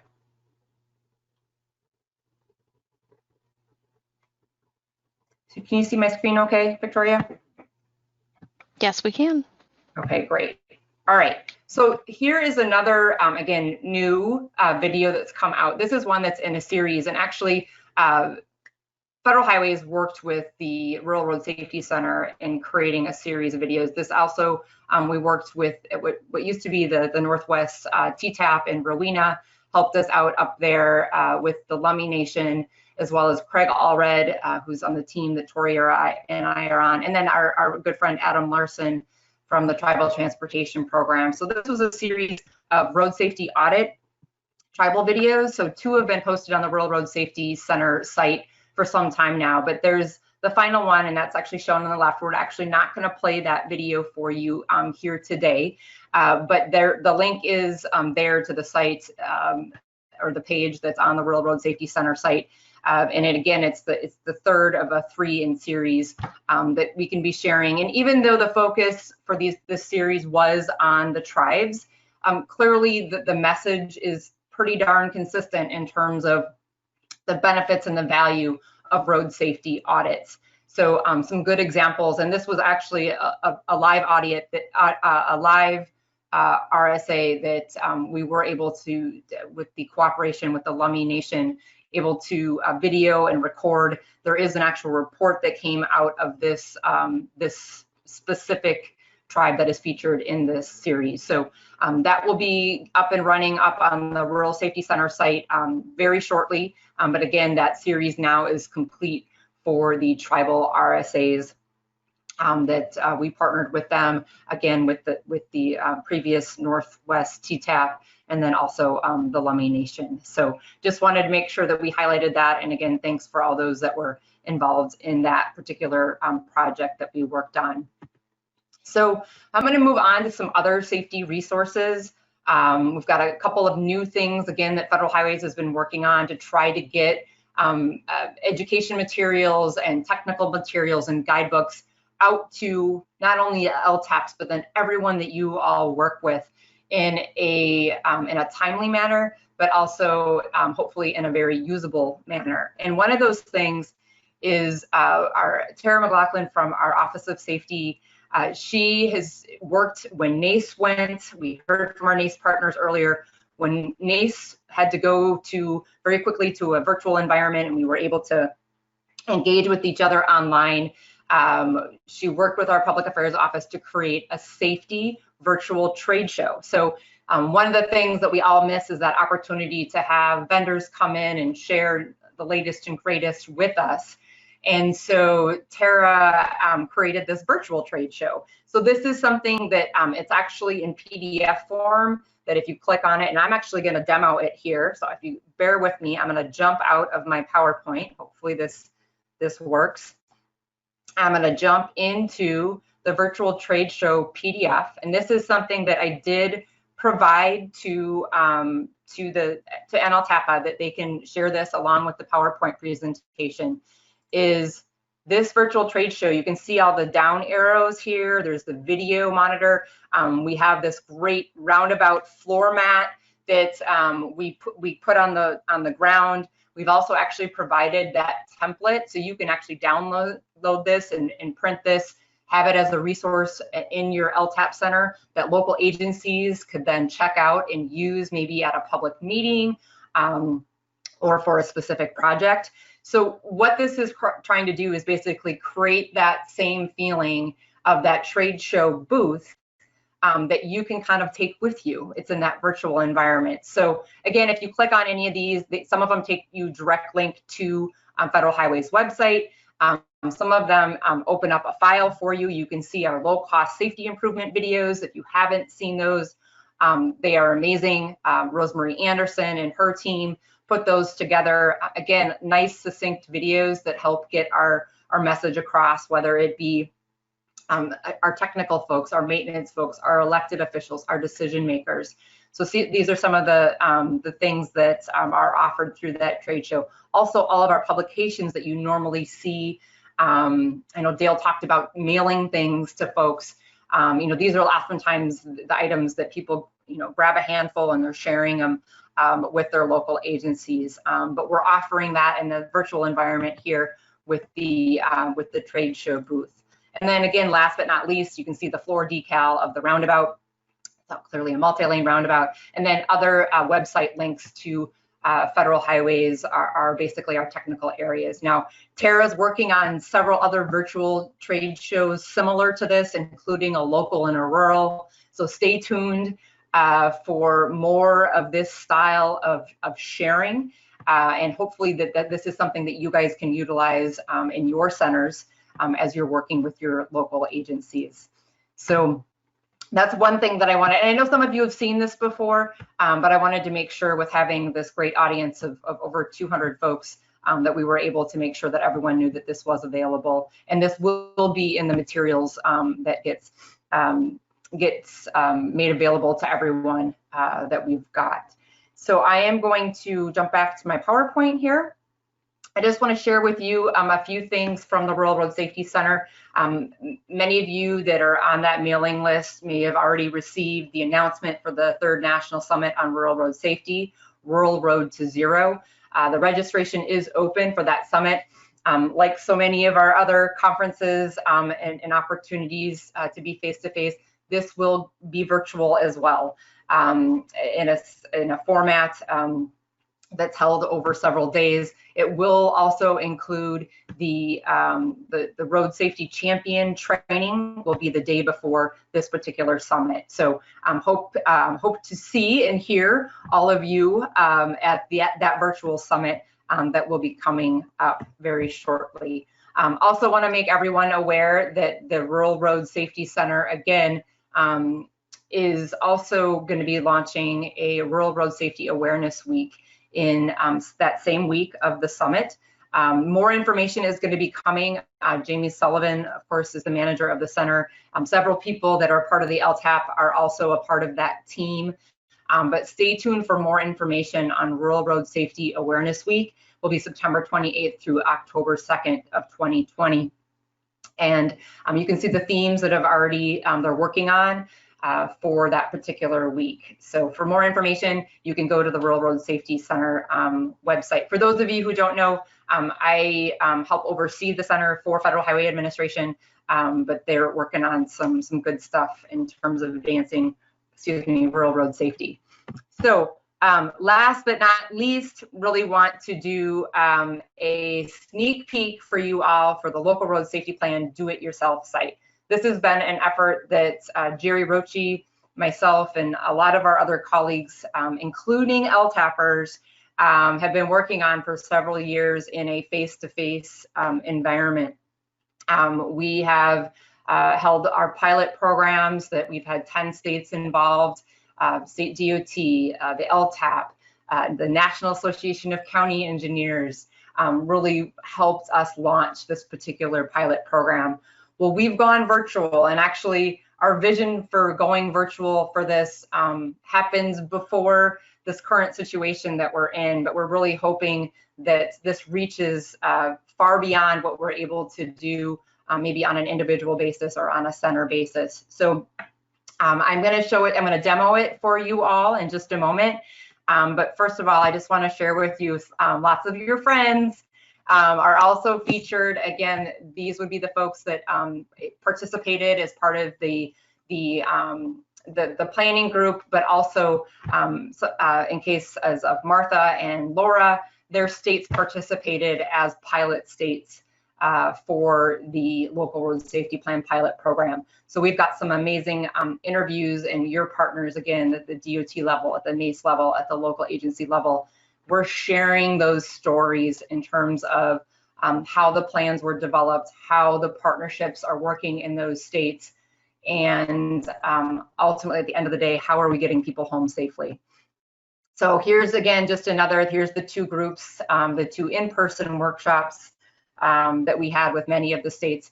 And then you can see just screen captures of a lot of the folks that are featured in our interviews that we've been working on over the last 3 years. So with that, again, I'm going to jump out, folks. I'm going to show you live what the Do-It-Yourself Local Road Safety Plan site looks like. It is not public yet. We're getting close, but it is not public yet. So hopefully you guys can see this. This is the actual site. We're on the home page of the site. For every page, there is an introductory video. I'm going to click play, folks. You're not going to be able to hear this, so there's no audio. You're going to see people talking, but there's no audio. I just want to give you a sense for what this site is looking like. Also have an opportunity for you guys too that I'm going to talk about in just a moment. So what the site is on every page there'll be an introduction video, and with that introduction video, you're actually going to see myself and Jerry Roche. So we're your hosts for the Local Road Safety Plan Do-It-Yourself site. We've got amazing, like I said, interviews and videos of LTAP, state DOTs, local agencies, the Nace affiliates. We also have Rosemarie Anderson is featured. We have Adam Larson featured.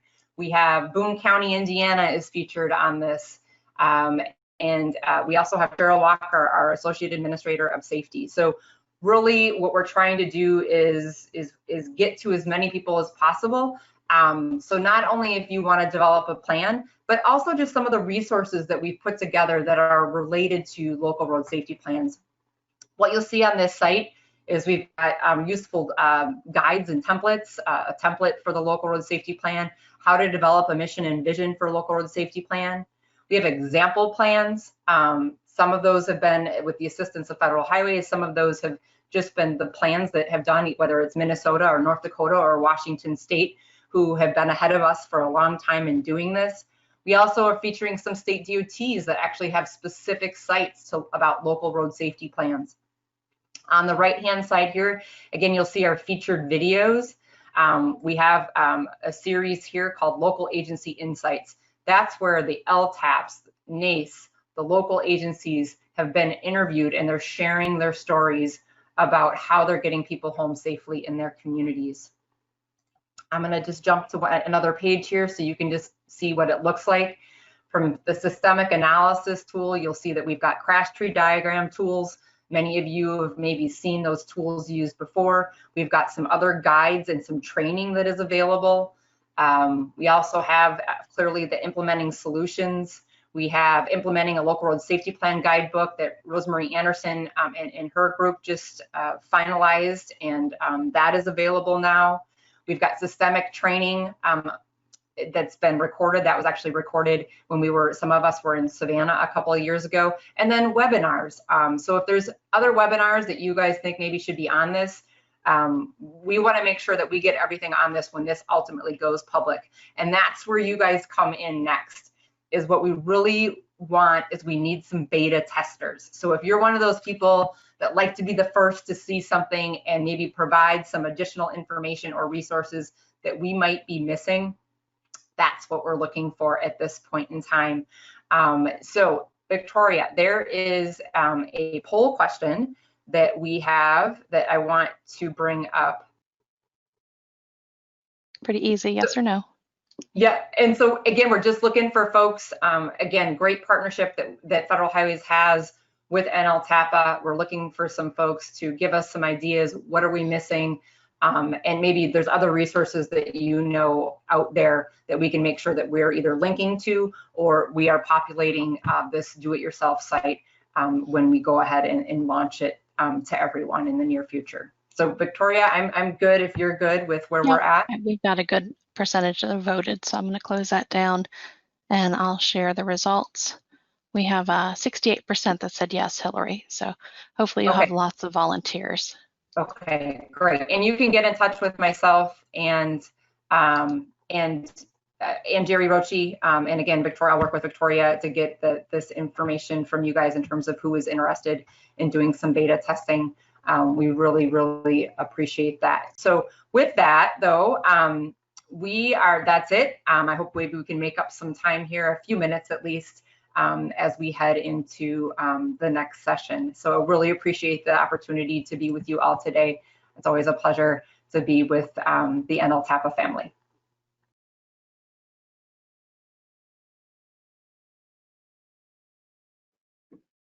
Well, hopefully you were able to take a break there.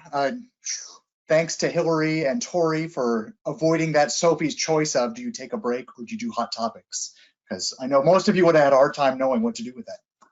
We are going to do our hot topics today again the way we did yesterday, which is using Mentimeter.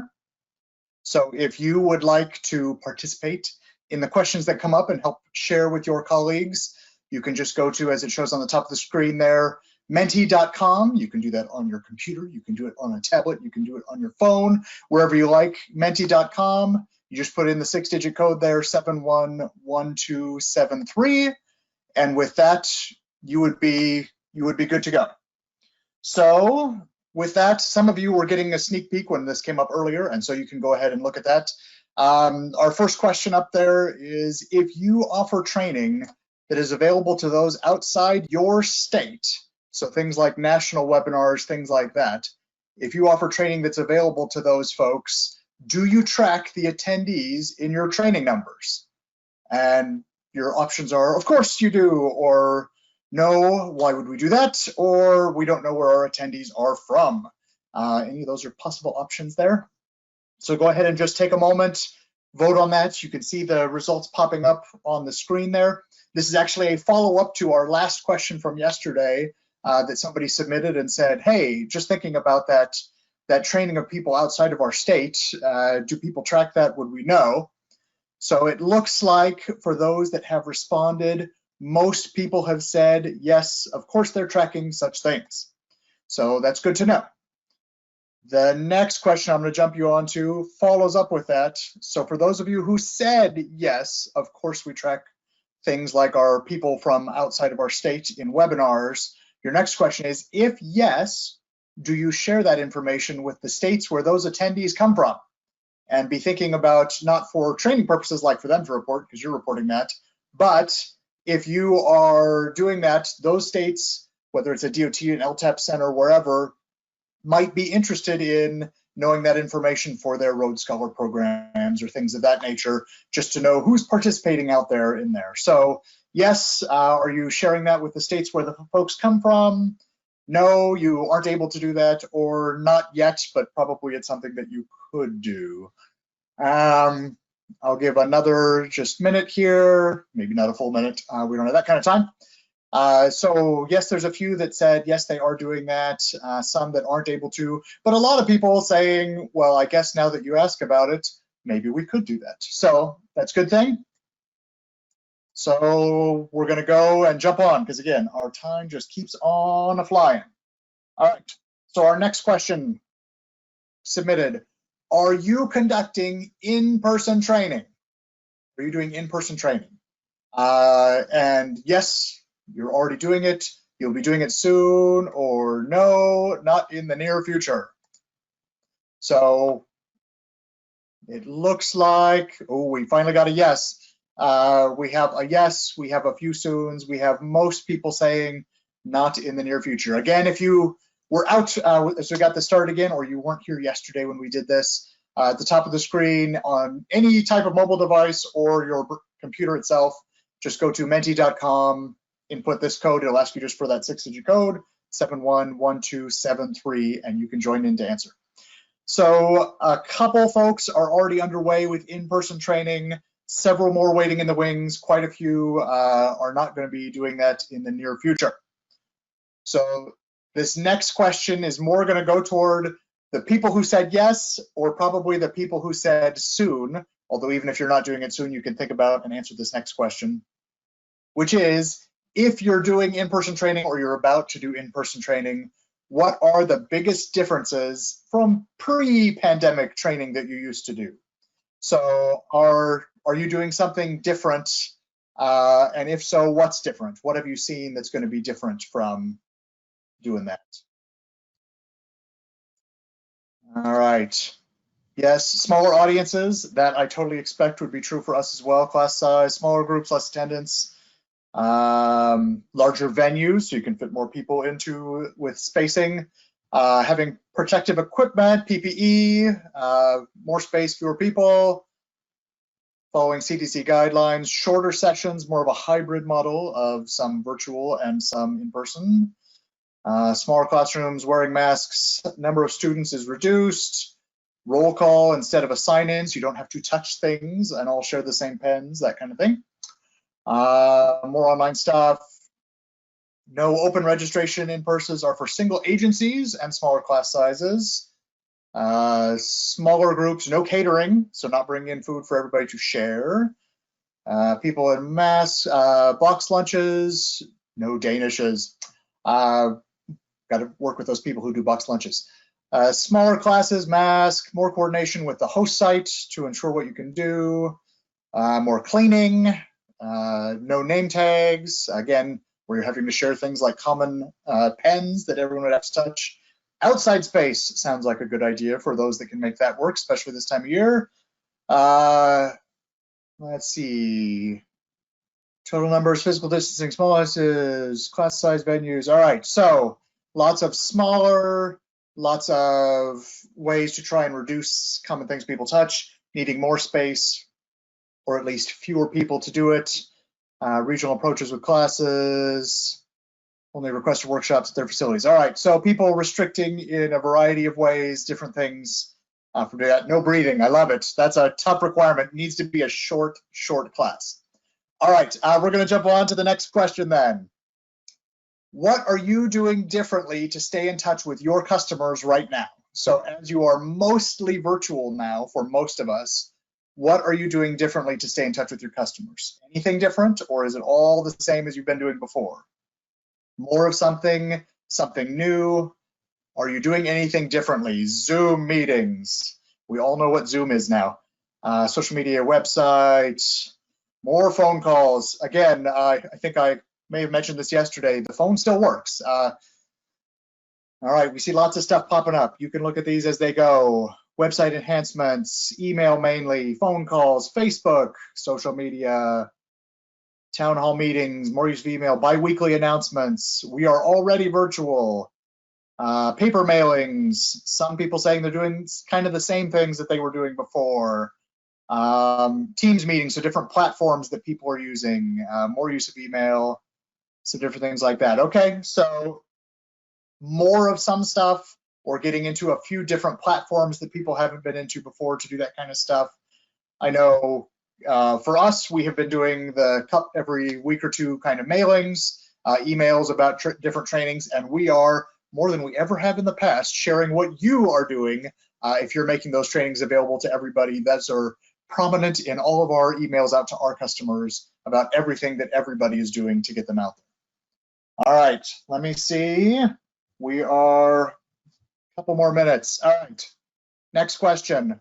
What virtual platform is working best for your training needs? What virtual platform? We hit on this some in the last couple of days of our conference, but I don't think we asked it quite this way, so I went ahead and put it in here.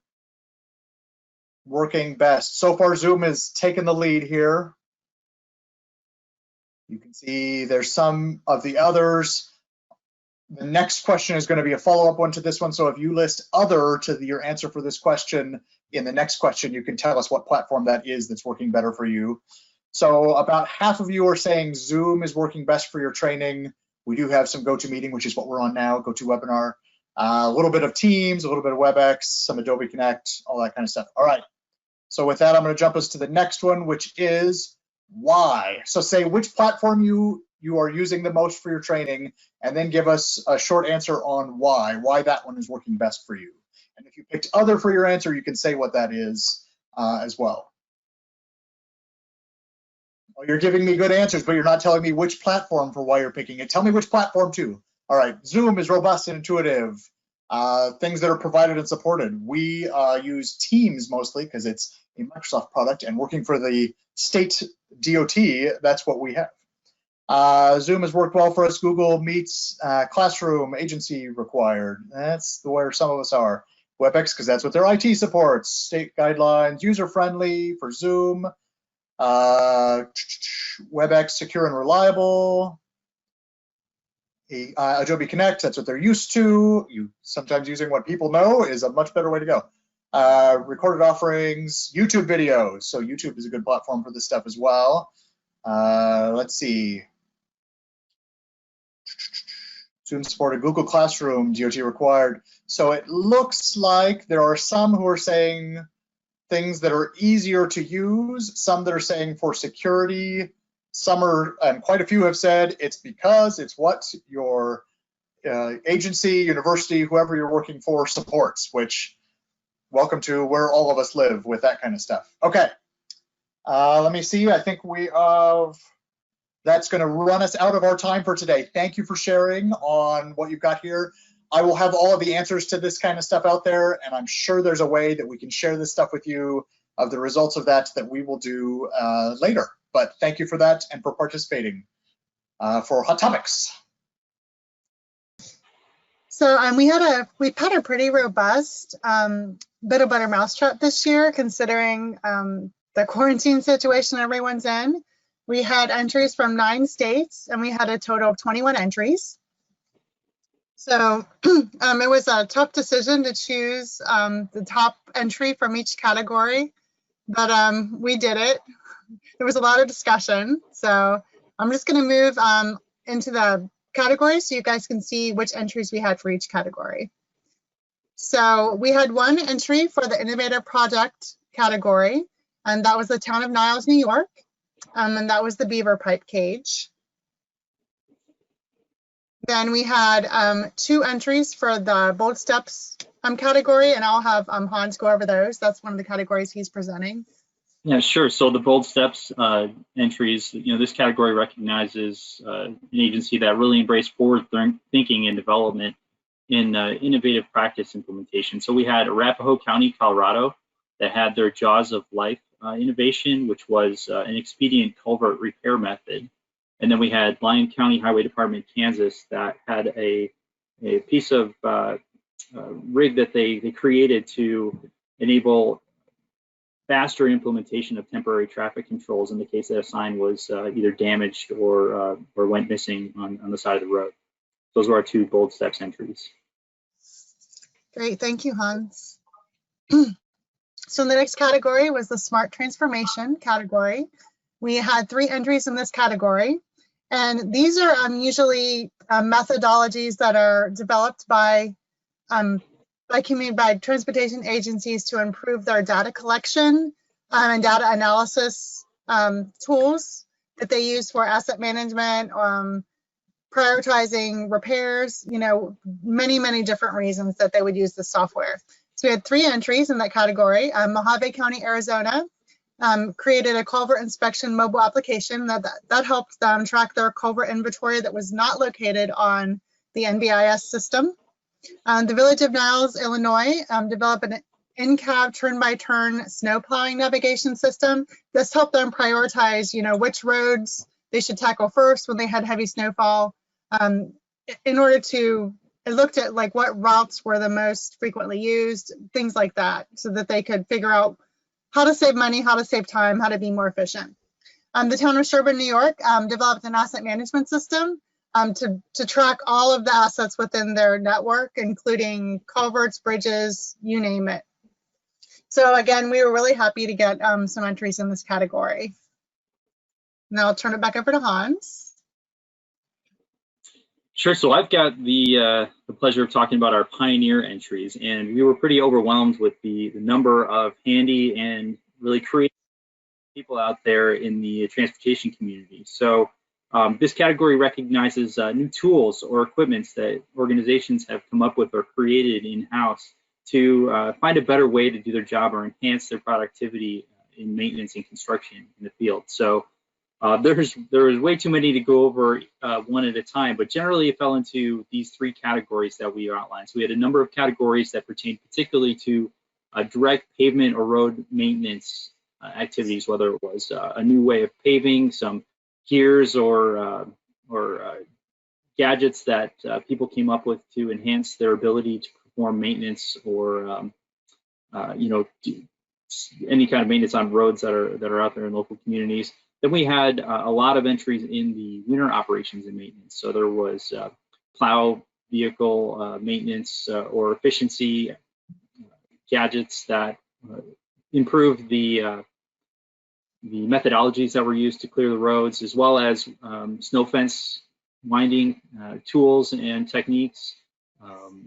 Then also the 3rd main category was vehicle maintenance, and there was a lot of really interesting contraptions that were out there for various recurring vehicle maintenance, ways to make their lives more efficient or more effective in conducting the recurring maintenance activities that take place in the vehicle shops. So thank you so much to all of the applicants in this very competitive category. We were pretty blown away by the creativity of some of these contraptions. I will second that. It was very encouraging to see how innovative people are out in the field. So the Innovative Project Spotlight, the award for that category is obviously going to the beaver pipe cage. The town of Niles had issues with flooding due to beaver damage, and they needed an innovative way to deal with that problem. So the beavers were actually plugging a cross culvert, and that was what was causing the flooding problem. It was, you know, the team was worried about injuring the beavers, you know, keeping them safe, but also creating a solution that was effective, efficient, and did not cost a lot of money. So they, as you can see, they cut a hole in a gabion basket and they slid it over the culvert pipe, and that worked great. They actually set the basket up so they could slide a rod under it and lift it out to clean it. And, you know, they said that it really helped with flood control, and there was a lot of time and money savings. And it's a very, very transferable project, you know, that a lot of smaller transportation agencies that are dealing with this problem could implement in their own system. Okay, and the Bold Steps Entry Spotlight, I'll let Hans talk about this one. Sure. Yeah, so our Bold Steps Entry Spotlight is Arapahoe County, Colorado for the Jaws of Life. And if you can go ahead and go to the next slide. Yeah. So they were having a problem with culverts being crushed by tight turning trucks around corners, and they came up with a collaboration between the road maintenance and the local fire department to use a hydraulic tool similar to the Jaws of Life that's used to pry people out of cars or remove cars after accidents. And they decided or came up with the idea to use that tool to repair the culverts. The cost of the equipment was about $12,000 for the piece of hydraulic gear and extra battery pack, but the savings was, you know, it takes one employee 5 to 10 minutes versus 4 to 6 hours of labor and up to $1,000 per culvert. So really, after 12 uses, that piece of equipment would pay itself off. And the estimated life cycle cost savings of this innovation was approximately $300,000, which was really amazing. So congrats to Arapahoe County, Colorado for coming up with this idea. I think there's a brief video that there is. I'm going to pull it up right now. Here it is. There you go. Yeah, can you guys see it? All right, so they just put that tool in there and crank that culvert right back open. Saves a lot of time and energy.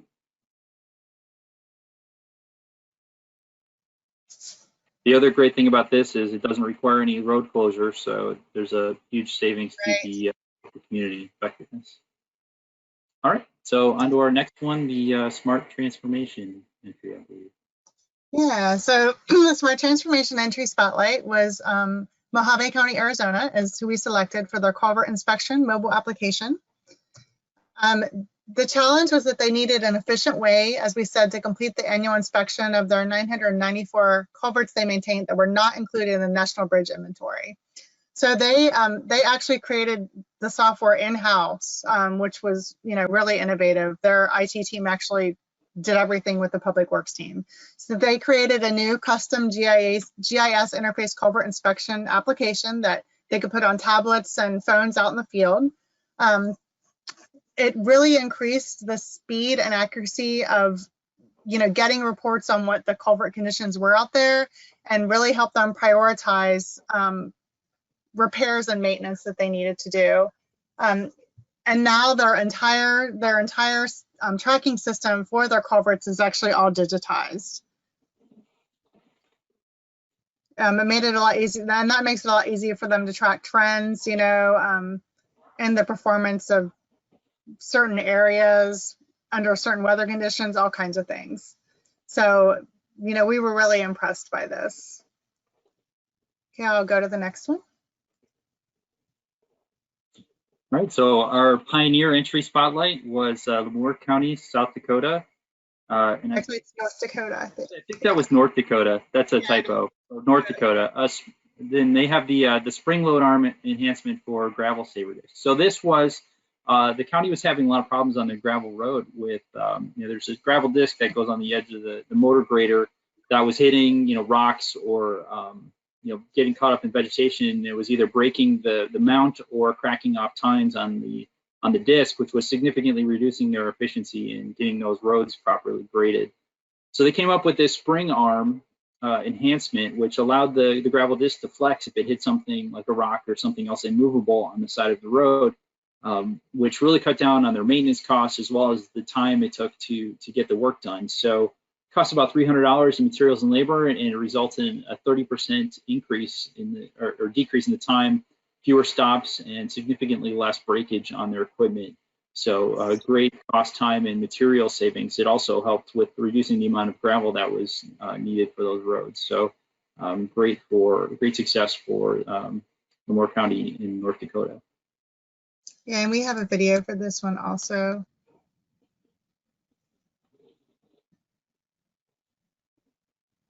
And you can see the arm flexing in the video if you watch it.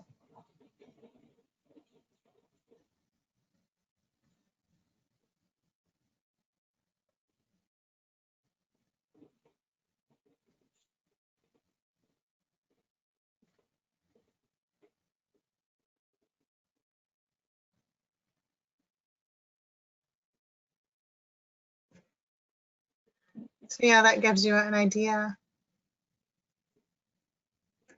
So yeah, this is for the winner. I'm gonna pull up the slide so you can see it.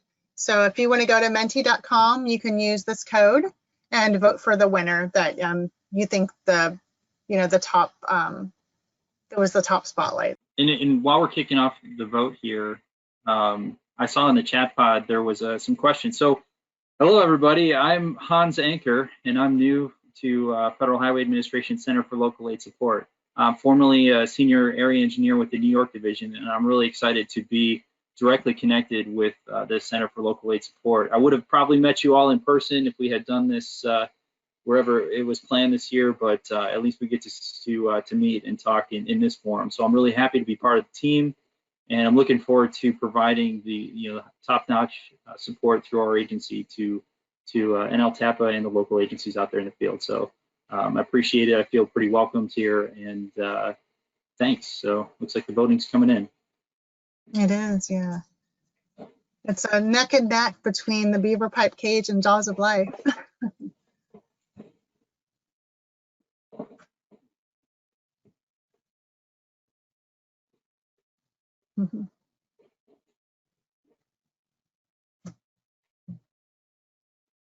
We could potentially, if you want, we could answer a question or two while we're waiting. There was, sure. What were the questions that came in?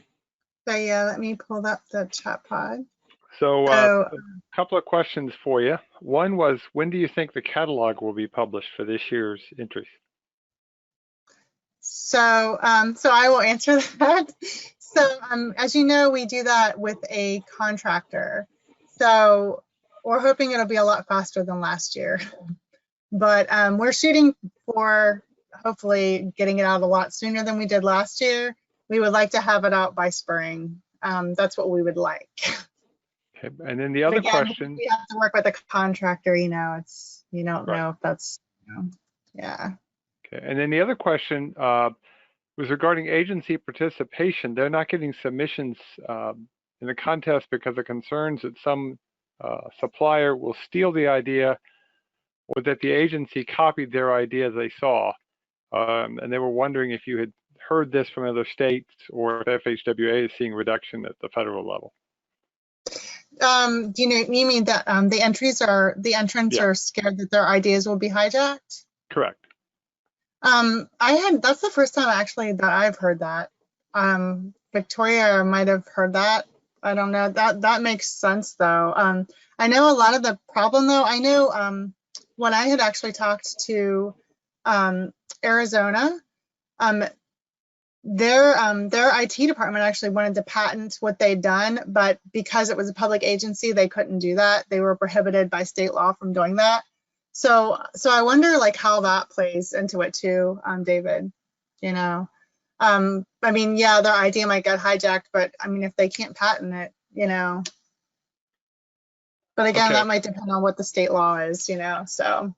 Well, I do know I checked with our attorneys here for some things, and they should not be patentable once it's publicly released. So if somebody finds someone's been patented, and someone did say that, that's actually not a valid patent, because once it's been publicly released, you can't patent it. Correct.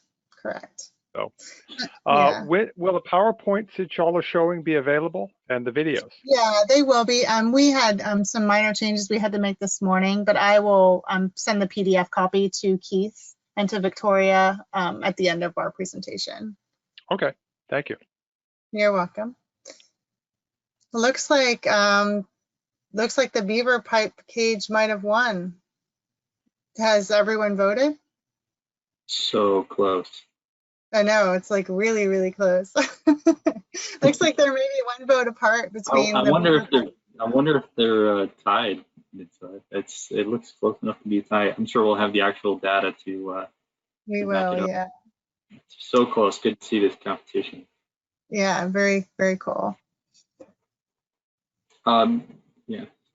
Oh, Jaws of Life. Oh. Okay, so obviously the voting's not quite done. So how much? Yeah, do we have? What are we doing on time? Do we want to give it just another 60 seconds, maybe, for people to chime in? Let's give it another 60 seconds. Oh, all right. Thanks everyone for your voting. We really appreciate your participation.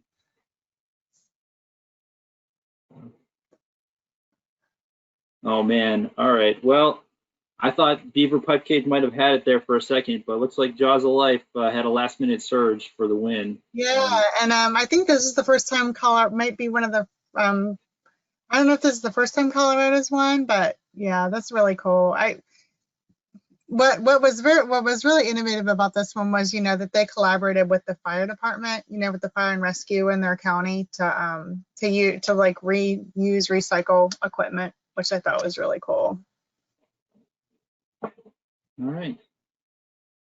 So well, cool. Thank you, everyone. Thank you to all who submitted entries. We really enjoyed receiving and looking through all of the creative innovation solutions, and we look forward to getting out the guidance for next year and encouraging everyone to look at your internal processes and programs and see what kind of really neat things that you're doing that you might want to share with other people.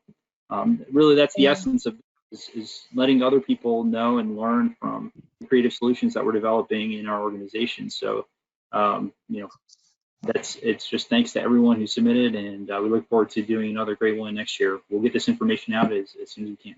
Thank you. All right. Thanks, Hans. Thanks, Andrea. Appreciate it. So up next, we have innovative uses of social media with Adam Howell and Mara Lee, I think, is in there, and then Catherine too. So there you go, Adam. Go for it. You okay? The main thing I want to talk about is social media in a time of COVID-19. Of course, as we all know, that there have been enormous behavioral changes that have come about as a result of the COVID-19 pandemic. And while that has disrupted us as a society, it's disrupted the way we undertake training. I do believe that there are some actual inherent opportunities that are available to us during this pandemic based on the behavioral changes and the way people are experiencing digital communications during this unprecedented time. And a lot of that has to do and relates with the inherent trust that our local agencies have with the audiences that they serve, and the inherent trust that you all have with the local agencies that we serve. So very quickly, I'm going to get into this. If I have to go, had to spend some time fixing some technical difficulties, so if I go too quick, all of this will be posted later on the website. But I just want to contour our remarks and presentations with some statistics that we're going to look at. So more than anything, here's some early data points that come up from early March when the pandemic really first hit. And you see obviously that there's a huge increase in utilization of digital technologies, especially Facebook saw a doubling of their active usership based on comparisons with the same time last year. And look at the statistic on the left, where you see an over 1,000% increase in application downloads that had to do with education. And this is really exciting because when we talk about opportunities, which is really what I want everybody to think about, the opportunities appear to be in that people are primed for education and they're also utilizing social media. So that intersection really benefits LTAP centers in general. When we move into expectations and beliefs, you can see that there is an expectation that there is that there's going to be a lot higher usage of social media throughout the pandemic, especially for those who believe that they're going to be confined at home. And then, of course, as we all know, or as those of us in communications know, video kind of owns the future, and the pandemic and the nuances about how communications will progress in the pandemic really favor YouTube as a digital channel that's going to be increasingly utilized. So you can see over here around about 67% of the people who believe they're going to be utilizing social media channels more. They believe that that YouTube will be a very highly utilized channel. In terms of consumption, we see that people will believe that they're going to be seeing a lot more, utilizing a lot more news coverage across the globe and in the United States, and rounding out the top 5 of things that they're going to be consuming content on is social media. So the intersection there between wanting good information during a crisis period and social media presents another opportunity whereby we can get good information or teach people how they can utilize social media to get good information out to others. Of course, device usage, we know that the future is also mobile, and device usage has not changed that trajectory, except to say that the pandemic really was a shot of adrenaline in the arm of the adoption of smartphones as a way in which we utilize content and engage in digital communications. So this again lends itself really well to social media, because social media is designed by the nature of their modern architecture to be mobile forward. Social media has that advantage. So why would we talk about trust during a presentation on social media? And again, this is really the other aspect that I want to refer to when it comes to talking about the advantages and the opportunities that we have with regards to social media during a time of COVID-19. And the reason I want to talk about trust is that in public organizational theory and research in public administration, we know that there is an inverse relationship between the level of government in terms of the top-down level and the level of trust. And that's not intended to be a dig at any of our federal or state partners. It has to do with size more than anything else. But we can see that local governments have a great opportunity in utilizing social media, because trust is the glue that sticks a message to the intended person you're trying to communicate with. So local government is in a good position. Local agencies are in a good position. And I would argue that LTAP centers themselves have a great opportunity to extend their trust with our audiences to teach them how to utilize social media to extend trust with theirs. So this is a statistic I've used in some other things, but it really shows that in terms of local news consumption, local traffic and transportation news, this ties directly to our specific audience. It is a topic that is the highest level behind crime and local weather news. So we already have people's attention. And then specifically towards the COVID-19 pandemic, we know that local and state government rate amongst the highest areas behind, of course, the CDC and WHO for getting trustworthy information about COVID-19.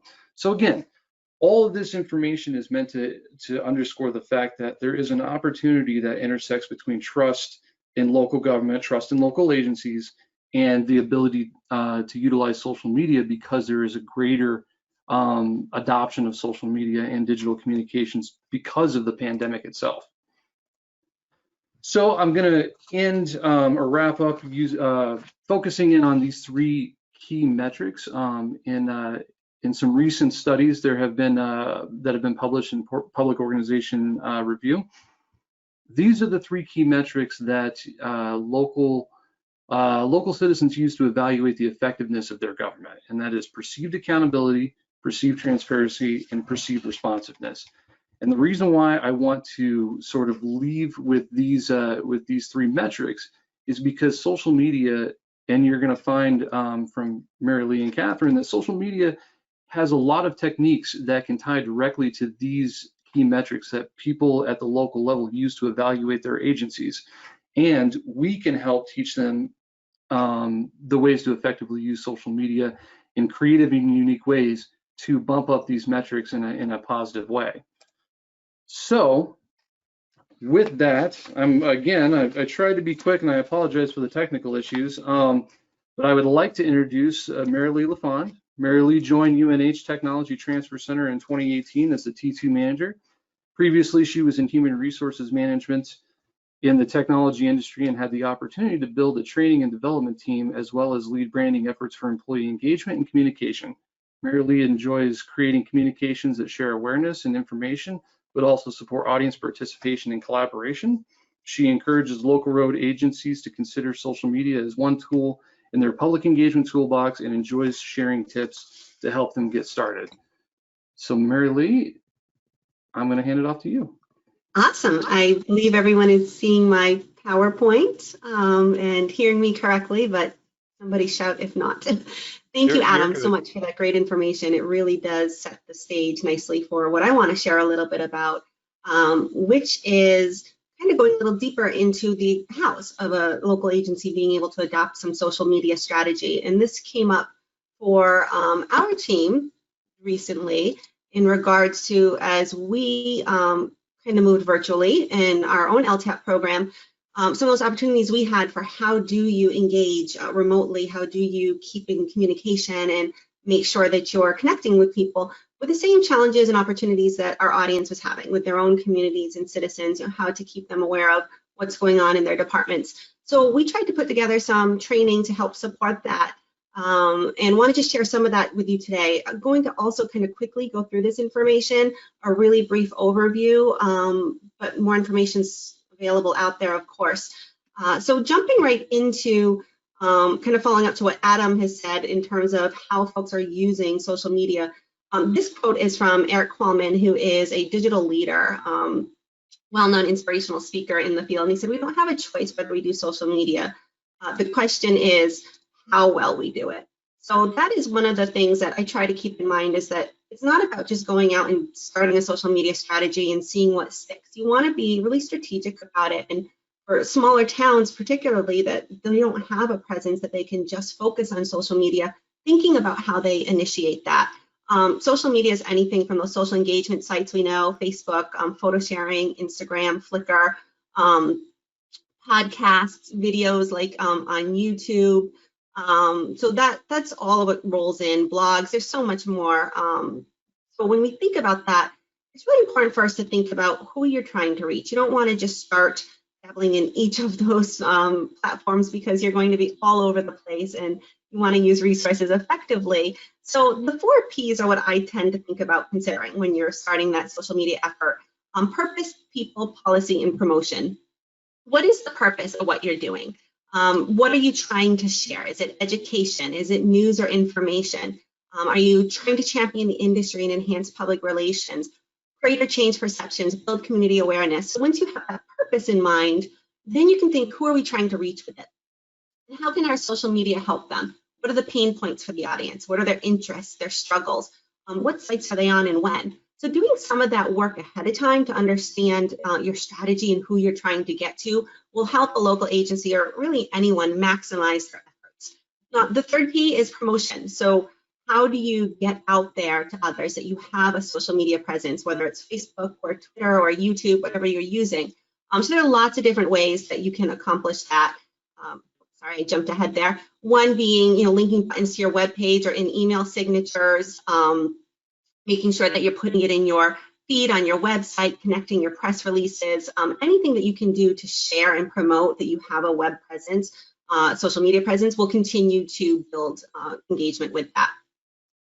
Not to confuse promoting your social media site with promoting your content. There is a really important balance when you're actually putting content out there between sharing and promoting.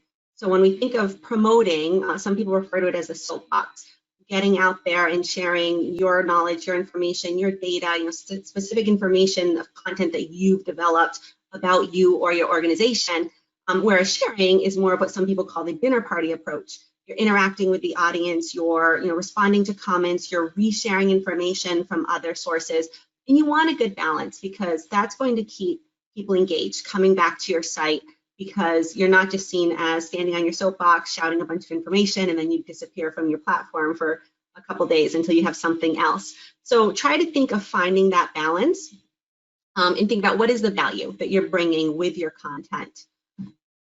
This is some of the things that you can do with content, sharing information, sharing department updates, educational content related to the program. Public service announcements is really a great opportunity for local agencies.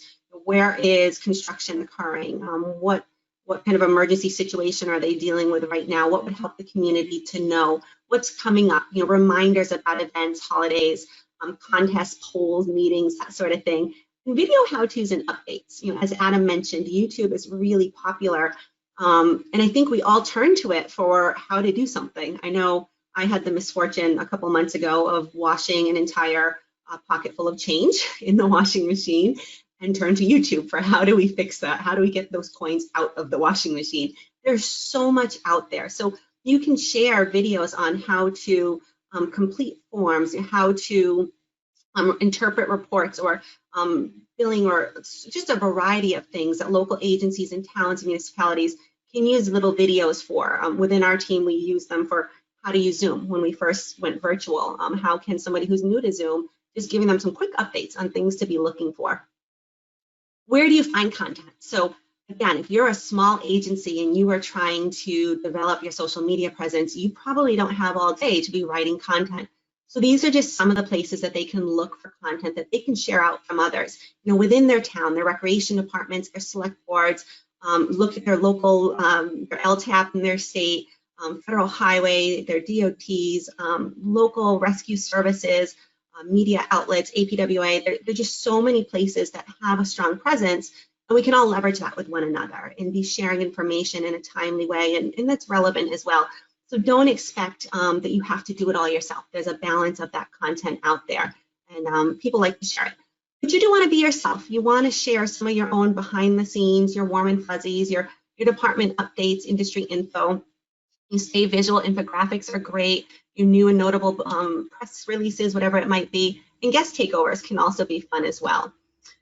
So just a couple quick examples, like we mentioned earlier, public service announcements, project updates are really well received for local agencies. So if you're working with a local agency that might be starting their social media presence, this is a really quick way for them to get into it, is sharing what they know is coming up. I have in yellow a comment here because we'll talk in a little bit about making sure that people understand what your social media presence is for, and that it's not necessarily for triaging events that might come up. Where do they report an issue or a concern?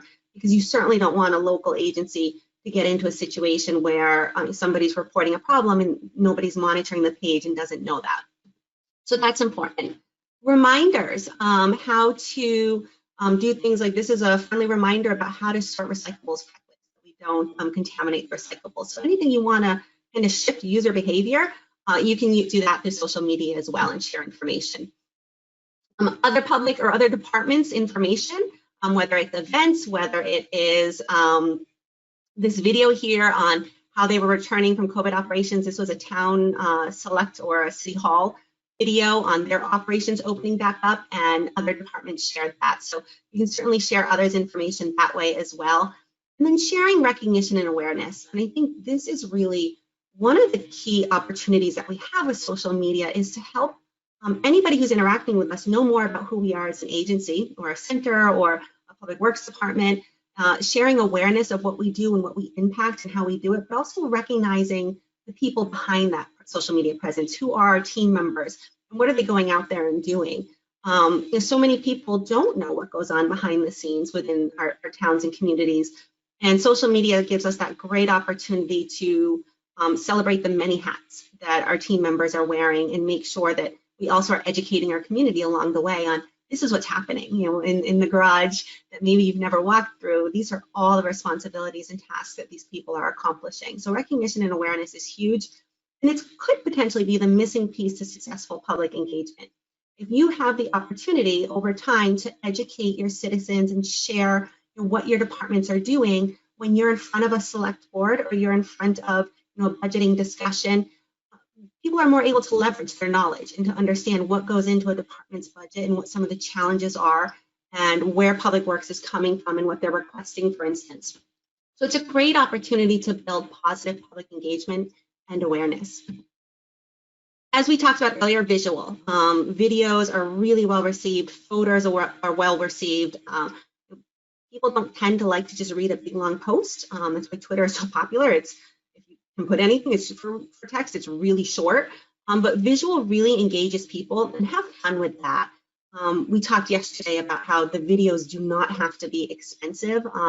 You don't have to plan your video for a Hollywood blockbuster. It's not going to necessarily be that. Chipotle is one company that has done a nice job of this. They did a couple challenges on TikTok, and I'm by no means highly familiar with TikTok, so I'm not the right person to speak of the specifics, but they had some really great views when they just put out a flip the lid challenge. And it was a video that started with one of their employees, had a really fancy and well-evolved flipping of the Chipotle lid. They challenged others to do it. They followed that up with their guac dance challenge, and just the numbers of views and submissions from videos for a really low cost is just amazing. The way that you can get a brand out and get people engaged by having a little fun. You also want to be hip, be trendy, know what's happening in the world. Think about how you can leverage that, and that's where you can show a little personality. You want it to be professional, of course, always. But you might remember a few years back, the Tide brand was kind of making the rounds in media because of a social challenge going on with Tide Pods. And they really kind of leveraged that to put the spin back on who they are as a brand, and a little bit of humor while acknowledging the safety concerns that were out there. This wasn't part of their branding, what was going on with the Tide Pod Challenge. And they were able to flip that and kind of use humor to get back out there and say, well, this is not what you want to use Tide Pods for. It's not a good idea to do anything other than laundry with a Tide Pod. So that's always kind of stuck with me about how we can leverage that space. Show appreciation, and this is another great thing for local agencies. If you're working with them, make sure that they're getting their word out and they're recognizing and championing what they're doing as an agency, and also that they're comfortable engaging back with their community and letting those who are following them know the impact of their efforts. And this is a super example. The town of South Windsor, Connecticut, back when COVID-19 first started impacting us, like many public works departments, was seeing an increase in pumps being clogged with wipes. And they put out a Facebook post, reminding people of this challenge that they were experiencing.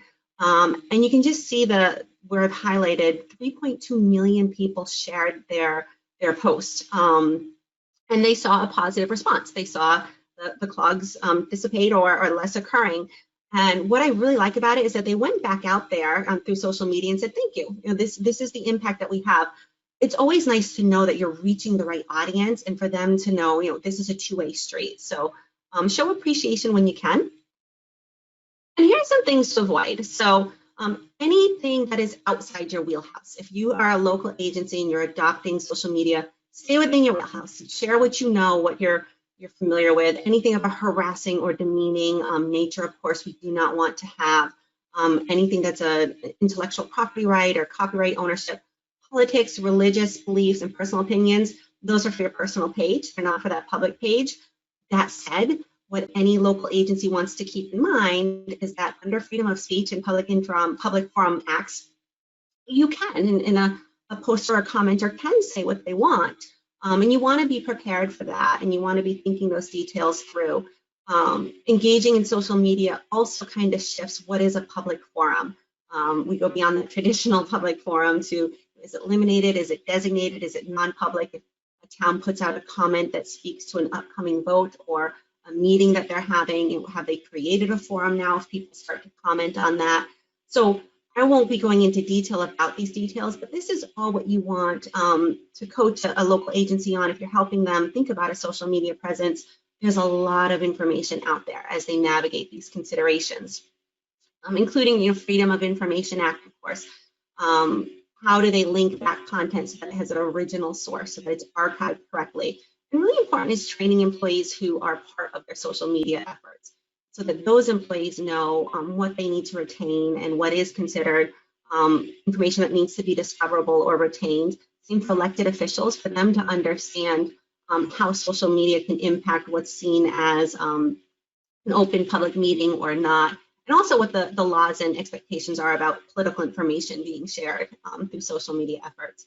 So again, without a lot of detail, just have this in the back of your mind, as well as some of these other possible implications that communities or agencies or anybody who's getting involved from a business perspective also in their social media wants to be thinking about. What does it bring up for personnel questions? Who's using the social media during paid time, outside of time?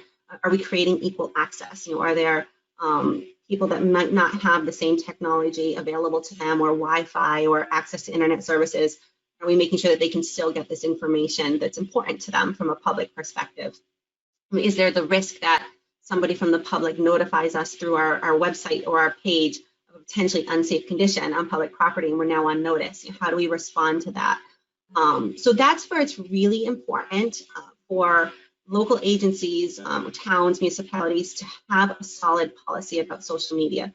These are just some of the things that they might write into their policy, but there are tons of great samples and templates out there as they develop a policy. What is the purpose of it? What are they trying to achieve? Who has authority to start the social media presence, to end it, to terminate it, to respond to posts? How are they monitoring it? How are they going to respond to inappropriate comments, advertising, links of a commercial nature? All of that is important. And there's a lot of information out there to help them kind of take some hints from that. And also think about any other policies that a social media policy is going to impact. Oftentimes policies aren't silos.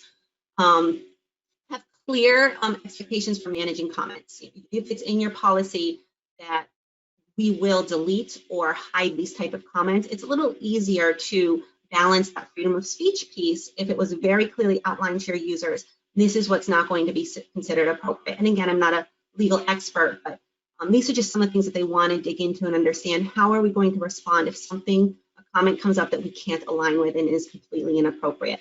Important to keep that information, how the expectations are for your social media. Keep it where the public can find it. Facebook has this great pin option to post things at the top of the page so that you can continue to remind people if you're coming to our Facebook page to report a public works emergency, we're not going to see it on this page. Please make sure you call this number. So those really critical details, you want them somewhere people can find them. You of course want to keep your pages secure. Talk with your staff and make sure they understand security best practices. Change passwords as you need to. And even then, once you've done all of that as a local agency or any social media user, you can plan for the best, but inevitably at some point you're going to get that angry comment. So what do you do at that point? Take a big breath, work to avoid the effort or the initial feeling to just delete the comment, because you don't necessarily want to do that. Somebody who's left to themselves is going to get angrier with time. So that angry person doesn't cool down because you deleted the comment. They just think that you've hid behind the comment or hid behind the problem. They're going to come back. They're probably going to come back meaner and angrier. So the Institute for Local Government says one of the ways is to correct the misinformation in an even tone manner, and then allow others to evaluate the information as it's presented. So it is not your job necessarily to get into a back and forth and a dialogue with that comment if it's wrong, what was posted. You can put the right information out there and then let your users make the decision for yourself. If you made the mistake, apologize. Oftentimes if something didn't go right, a quick apology goes a long way. Don't get into long detail. Offer an offline conversation if appropriate. And then, always check yourself, is the comment inappropriate or do I just disagree? Because that's where we get into that freedom of speech case, and you want to think about that. This is a really great example of if you do have to delete a comment because it goes against your policy. I think the New Hampshire DOT in this recent situation, and I don't know what the comment was, they posted this follow-up on their page. It said we had to delete some information, went against our policy. We're all in this together. We're pleased to share this type of information on our page about construction projects. They put a really positive spin on whatever had occurred. But again, you can only manage your page to a certain degree. And if something isn't right, we pulled it down, we deleted it, here's why. We reference back to that policy. And this is another example from Concord, New Hampshire. They posted the pay-as-you-throw program. And there were some comments. People said, it's a super unfair practice. And then you see the next comment, somebody kind of comes to the defense and saying, this is why we have pay-as-you-throw. Have you thought about it this way? This team does a great job. And that's one thing to keep in mind. Your defenders are going to become your followers. So you're going to get people who come to your defense as a local agency. You're going to have those negative comments, but you also will have an audience that continues to step back in. So kind of wrapping thoughts, start small. My suggestion to anybody taking on a social media presence is don't go all in. Don't pick up a new profile for every single social media site that's out there. Be consistent. At first, you're going to feel like, is there anybody out there? Is it just my grandmother or my mother who's following my blog? But whatever it might be consistent. Continue to put your information out, share your information. Bit by bit, you're going to see people start to respond. They're going to be engaging, maybe passively at first. You'll know that you have some followers following along.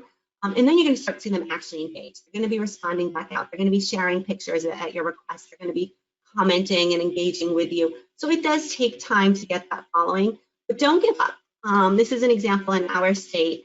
And this kind of speaks to the idea that some towns, for various reasons, have opted not to have a social media presence. And in Claremont, New Hampshire, their public works assistant director had started using social media to share some of that department's information that needed to get out. And there's a really positive response within the community to that. And it kind of was a part of what made the city think about going out with their own social media presence. So they joined Facebook a few months ago. So don't give up on your own efforts. Don't give up on encouraging others to participate and get social media engagement within communities and agencies.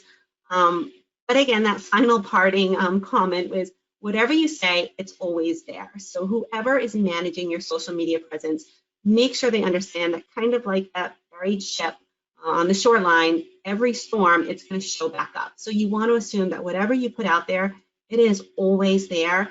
If you keep that in mind and you know your policies, I think there's a great opportunity for local agencies to continue using social media. Here's some of the many great resources that are out there. Again, there's a lot more. I'm happy to share some more of this as well. And that wraps me up. So at this point, if there are any questions, I can answer them. Otherwise, I'm going to turn it over to Catherine.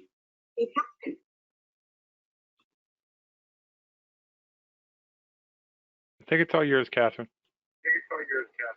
Okay. So I'm going to go off of Marilee for a little bit, but I'm going to do a quick, activity, as I am a marketer for the UMass Transportation Center. If everyone could either screenshot or get their phone and take a picture of the lower right-hand corner, and just remember to follow Bay State Roads in the UMass Transportation Center after this session, that'd be great. Thank you so much for staying with us for the last session of the third day. It's been long days for everyone, but we really appreciate it. So just like Marilee said, I'm just going to do a social media explained really quick, because there are so many platforms, and this is going without TikTok and YouTube and a bunch of them. So unlike people typically think, you normally should only have a couple that you're very interactive with, because if you have too many, you probably won't be as active on them, and then people don't know where to look for you. So Bay State Roads and UMass, we're pretty prevalent on Facebook and Twitter. We're getting up to Instagram more often, but that's more pictures and showing what we're doing on a daily basis rather than what's coming up or news from Massachusetts and the government and Mass DOT. So instead of last time I pretty much shared how to get your post out there and how to boost your post and get more people to like your page. I'm going to tell you how to get people to like your post and make it organic. So how do you engage your audience? Right now it's video. The whole internet is videos. So at the end of 2019, Q4, almost all of the downloadable apps were videos. If you look at it, it's Disney Plus, TikTok, Messenger. Most people are sending videos. Facebook is videos. YouTube, Netflix, Hulu, Snapchat. They're all videos. So by 2021, not the end of 2021. So in like 5 months, 80% of the world's internet traffic will all be on video. So it's not going to be that we're just reading, and I don't know if it's my generation ruining this, but we're all just going to be watching videos. So not to blast my two co-presenters, but just as an example, if Cornell had even a somewhat good presentation on pavement, but it was all on video, and then Marilee had all the facts that you could have possibly ever needed on pavement, but it was all text, I'm sure 90% of you would scroll past Marilee's and watch Adam's video. That might not be accurate whatsoever, but we're all more engaged and interested in videos that are going on right now. So I'm not going to play this because of time, but this I'll just paraphrase it. It's a advertisement for a hardware store that's actually in Europe. They're a small hardware store, but they did this advertisement, and it's of this young boy who's getting ready for Christmas, and he's working at the hardware store, making money, wrapping gifts, and then at the end of it, he walks out, and it's his adult self. But this video, if you have time, you should watch it. It brings everyone down and makes them feel like they're a kid at Christmas again, getting ready for it. And it's because stories and storytelling is how you get everyone there and involved with you. So this, oh, it won't change. This video actually got over 3 million views, and it is a very small single family owned hardware store in Wales.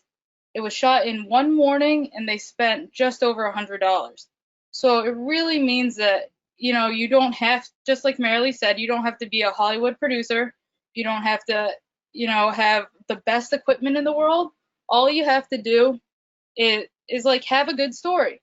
And this goes for whether or not you're doing a presentation like this, you're doing something on social media, you're doing an e-newsletter, or you're in a training. As long as you have some good stories so that people can relate to it, and they'll remember. Because another Massachusetts university, almost as good as UMass Amherst, Harvard explained why we love stories so much. And they said, once we hear a good story, our brain releases cortisone, which helps us with our memories, dopamine, which keeps us engaged, and oxytocin, which helps with empathy and connection. So once we have that, and then our brain produces that, you're more likely to remember. So when we do like our safety conference or a safety training, or if we're doing like pavement, snow and ice, or anything else, as long as we have a good story or can make a good story about something we know that's happened, then everyone will be more likely to remember, and whether it's remembering the right procedures or remembering how to be safe or what to do right, that all becomes a factor in it. So I have some tools to make this happen. I don't know if this is going to play by itself, but I know the music won't work. So this is Animoto, and it's actually, you can combine a bunch of photos, video clips, and music together. And I made this about 2 years ago, and it was nice and easy for National Public Works Week. And over Facebook and Twitter, I got just under 10,000 views for just a few photos, and then making it into a video because videos get more traffic on social media. And then Canva, which Becca did 2 years ago with me as well when we were in New Orleans, it's great to make different photos and combine them together. And I'm very thankful that I have it now because I use it all the time when I'm advertising new classes. Vido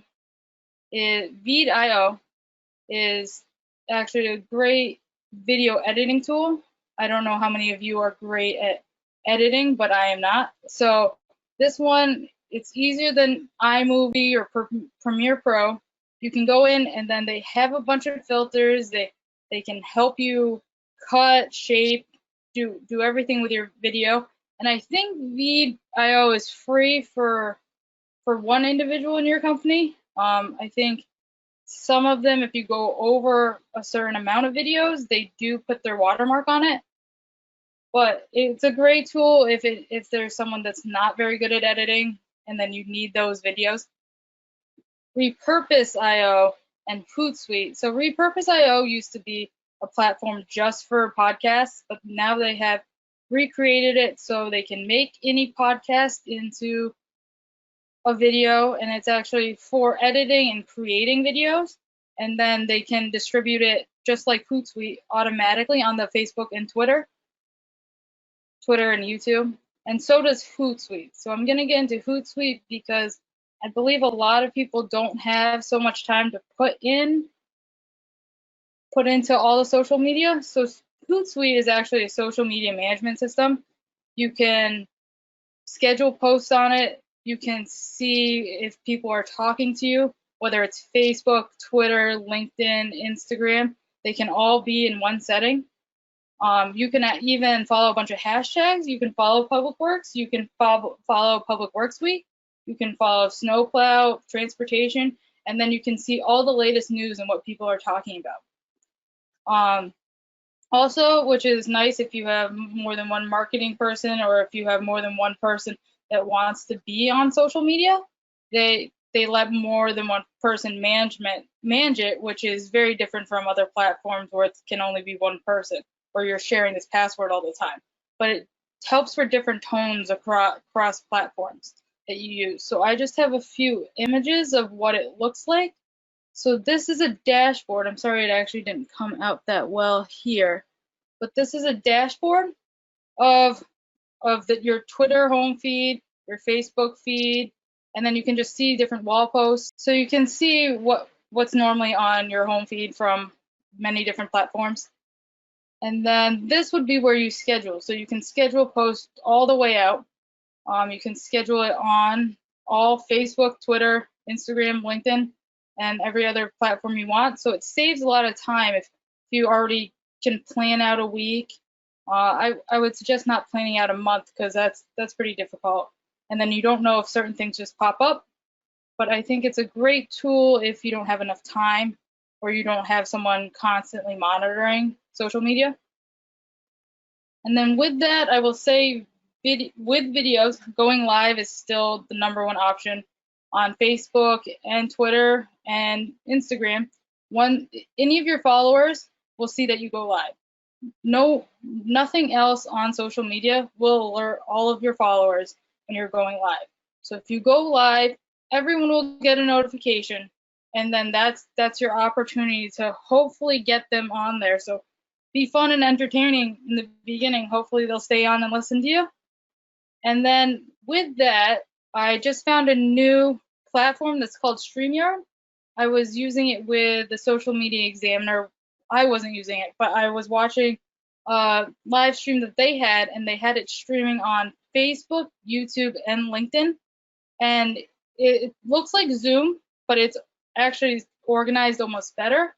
And then they can have 5 panelists that go in and out, and it just looks great. But all the comments that are posted on each platform come up and bubble up, and you can put certain restrictions on it so people aren't swearing or saying anything derogatory. But I think it is an amazing platform to use if you guys are all going to go live on multiple platforms. That will be perfect. And lastly, when in doubt, memes are still in. So I created this in the winter, just a little dig at New York because they they were talking about all the salt. And if you guys know Mike Smith, our technical training specialist, all we talk about is too much salt, don't use sand. So that's all I have for you guys right now. Does anybody have any questions for anybody here? Had a couple in the Q&A pod. One was, is there a legal paragraph that you would recommend to use in posting videos? Adam or Catherine, if you would have some thoughts on that. I'm not sure specifically if there, if somebody's looking for like a disclaimer for the accuracy, or if you use music license, which you want to have the appropriate licenses to do that. Maybe there's some more specific to that question. I personally don't have any text, which we should probably get to, and I think that's what Marilee and Adam were talking about, like when we were getting this presentation set up. But a lot of the time, if there's a photo online, I will ask for permission for it, just so that you're not copywriting. Otherwise, we'll use stock photos. I don't have any legal terminology, but that can definitely be something that we all talk about, and then we can send it out. Adam mentions that he does have some disclaimer info text, and he can put some samples out as a resource. And Stephanie mentioned that Hootsuite's free level only allows 2 or 3 social media platforms. Victoria and Matt, thanks again for the social media updates and all the information we can use. Now we're going to kind of wrap some things up. Victoria and Matt are going to talk about next year, and I have a few very short wrap up comments after that. So Matt, Victoria, you're up. Thanks, Keith. Just want to let everybody know the information on this save the date card will be hitting your inboxes soon, I'm sure. July 19th through 22nd, 2021, in person, live in Columbus, Ohio. Columbus is a pretty awesome place. We got a promo video that might have some jerkiness to it, but we're going to play that. The Sheraton Columbus Hotel at Capitol Square is right in the middle of downtown Columbus. There's a lot of societal hot points in that area, I guess. Very cool short north area to the north of the hotel with great restaurants. To the south, I believe, I don't know, maybe my directions are screwed up. There's a great walk down to a fantastic bookstore. There just is a lot to see in Columbus. It's a really neat city. It's a lot better than hosting a meeting in Montana for a lot of reasons, mostly because we don't have great big venues that are affordable. So with that, Victoria, are you going to be able to get it to run? I'm going to run the video, and just so everybody knows that we could only run 5 videos through the GoToWebinar software. So I opted to go ahead and let those videos be the ones from our federal partners. But it's really just music on this Columbus video, so hopefully it'll play pretty cleanly for you.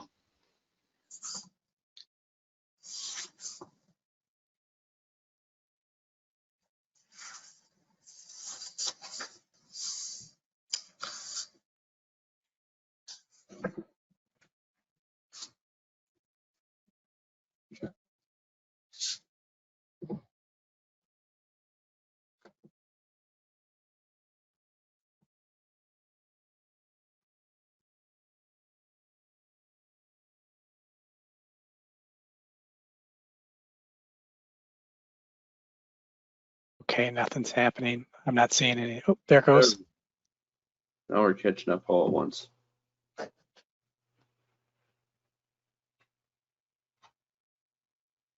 Will there be a quiz afterwards? Show some of the art and culture areas around town. It's a beautiful city. That's the river. So I want to give you a real quick rundown of some of the activities you're going to be able to do in Columbus, because I don't think people really understand what we have available here.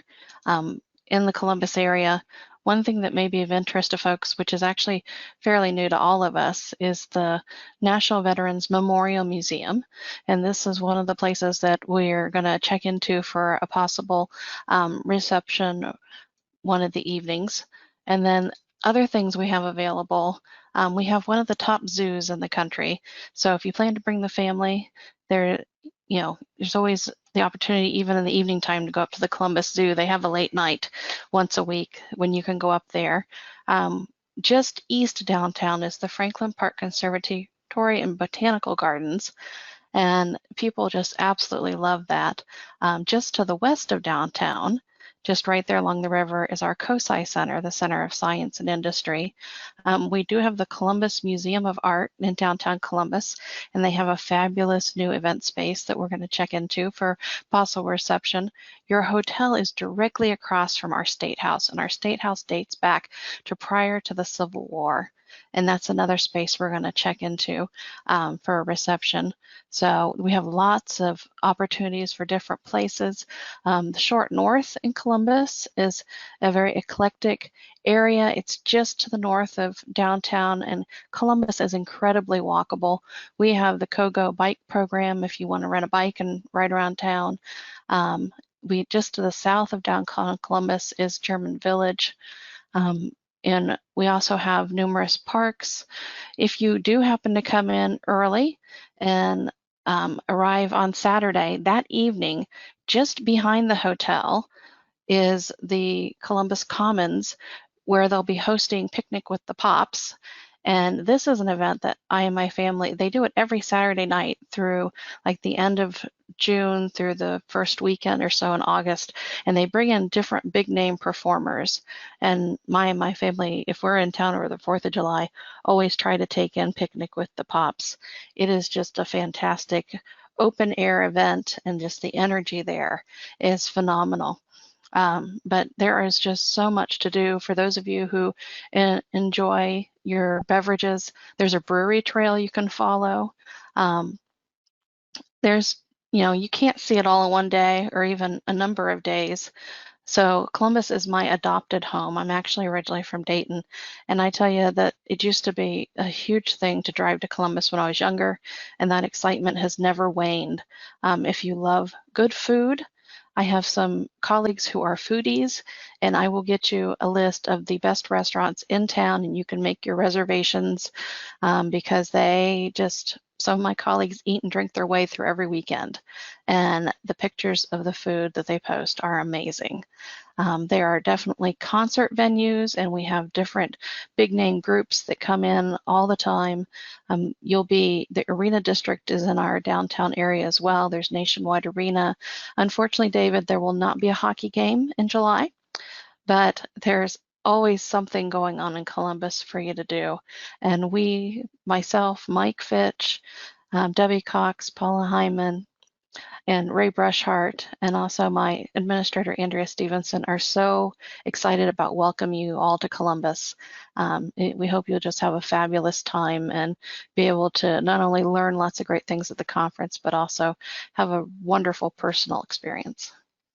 Victoria, we had somebody ask us in the Q&A, is it possible to maybe either post or get a link to that video on the NLTAPA Facebook page?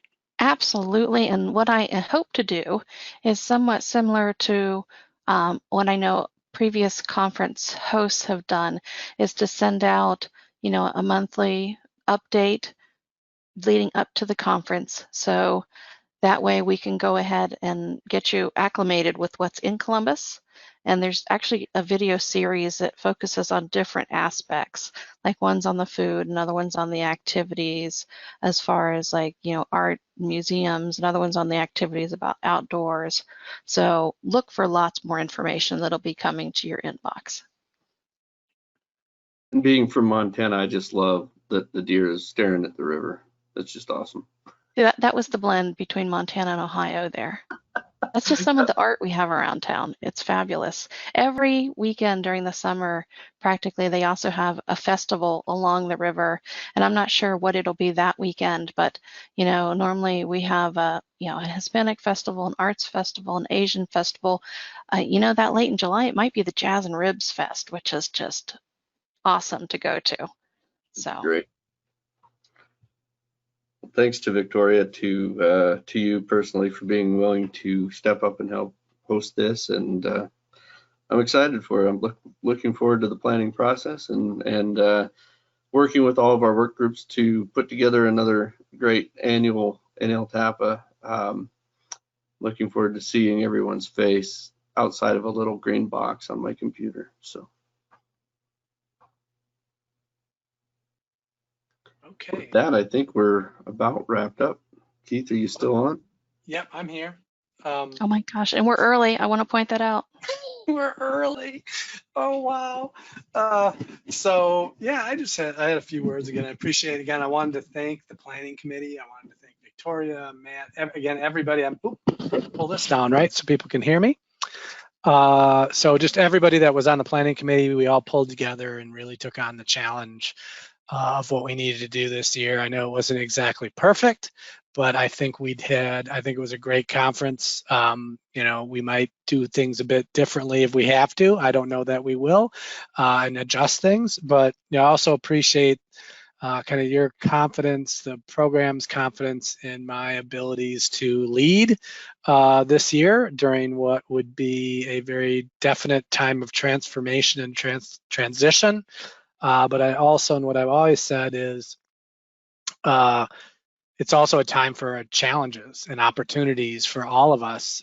And we've stepped up in the last few months unbelievably, and also a challenge to what I call long-held beliefs.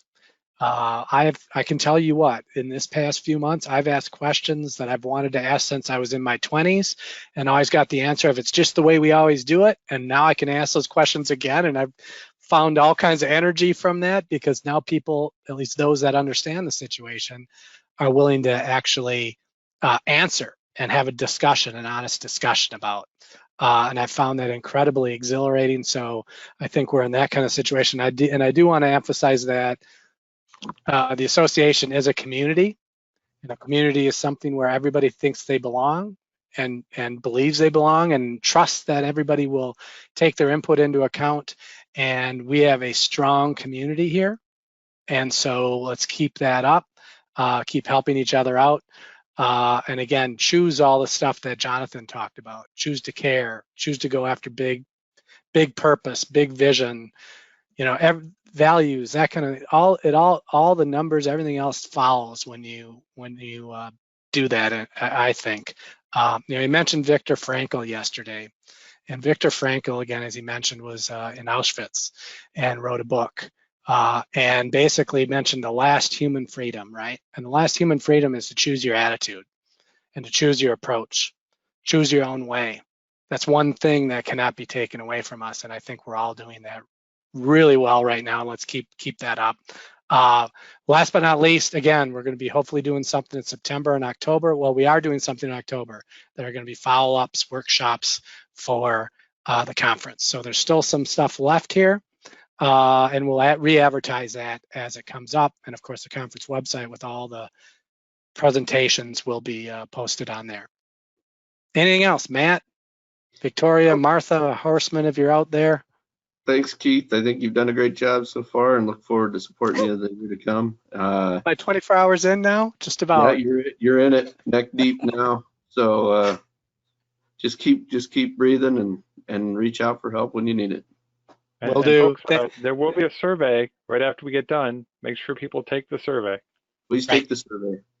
Right, valuations. We will look at that and have a meeting about it. So thanks everybody for joining us. Be safe, be healthy. And as I always say, we'll all work out. Just treat everybody as an essential being, and we're good to go. Thanks, everybody.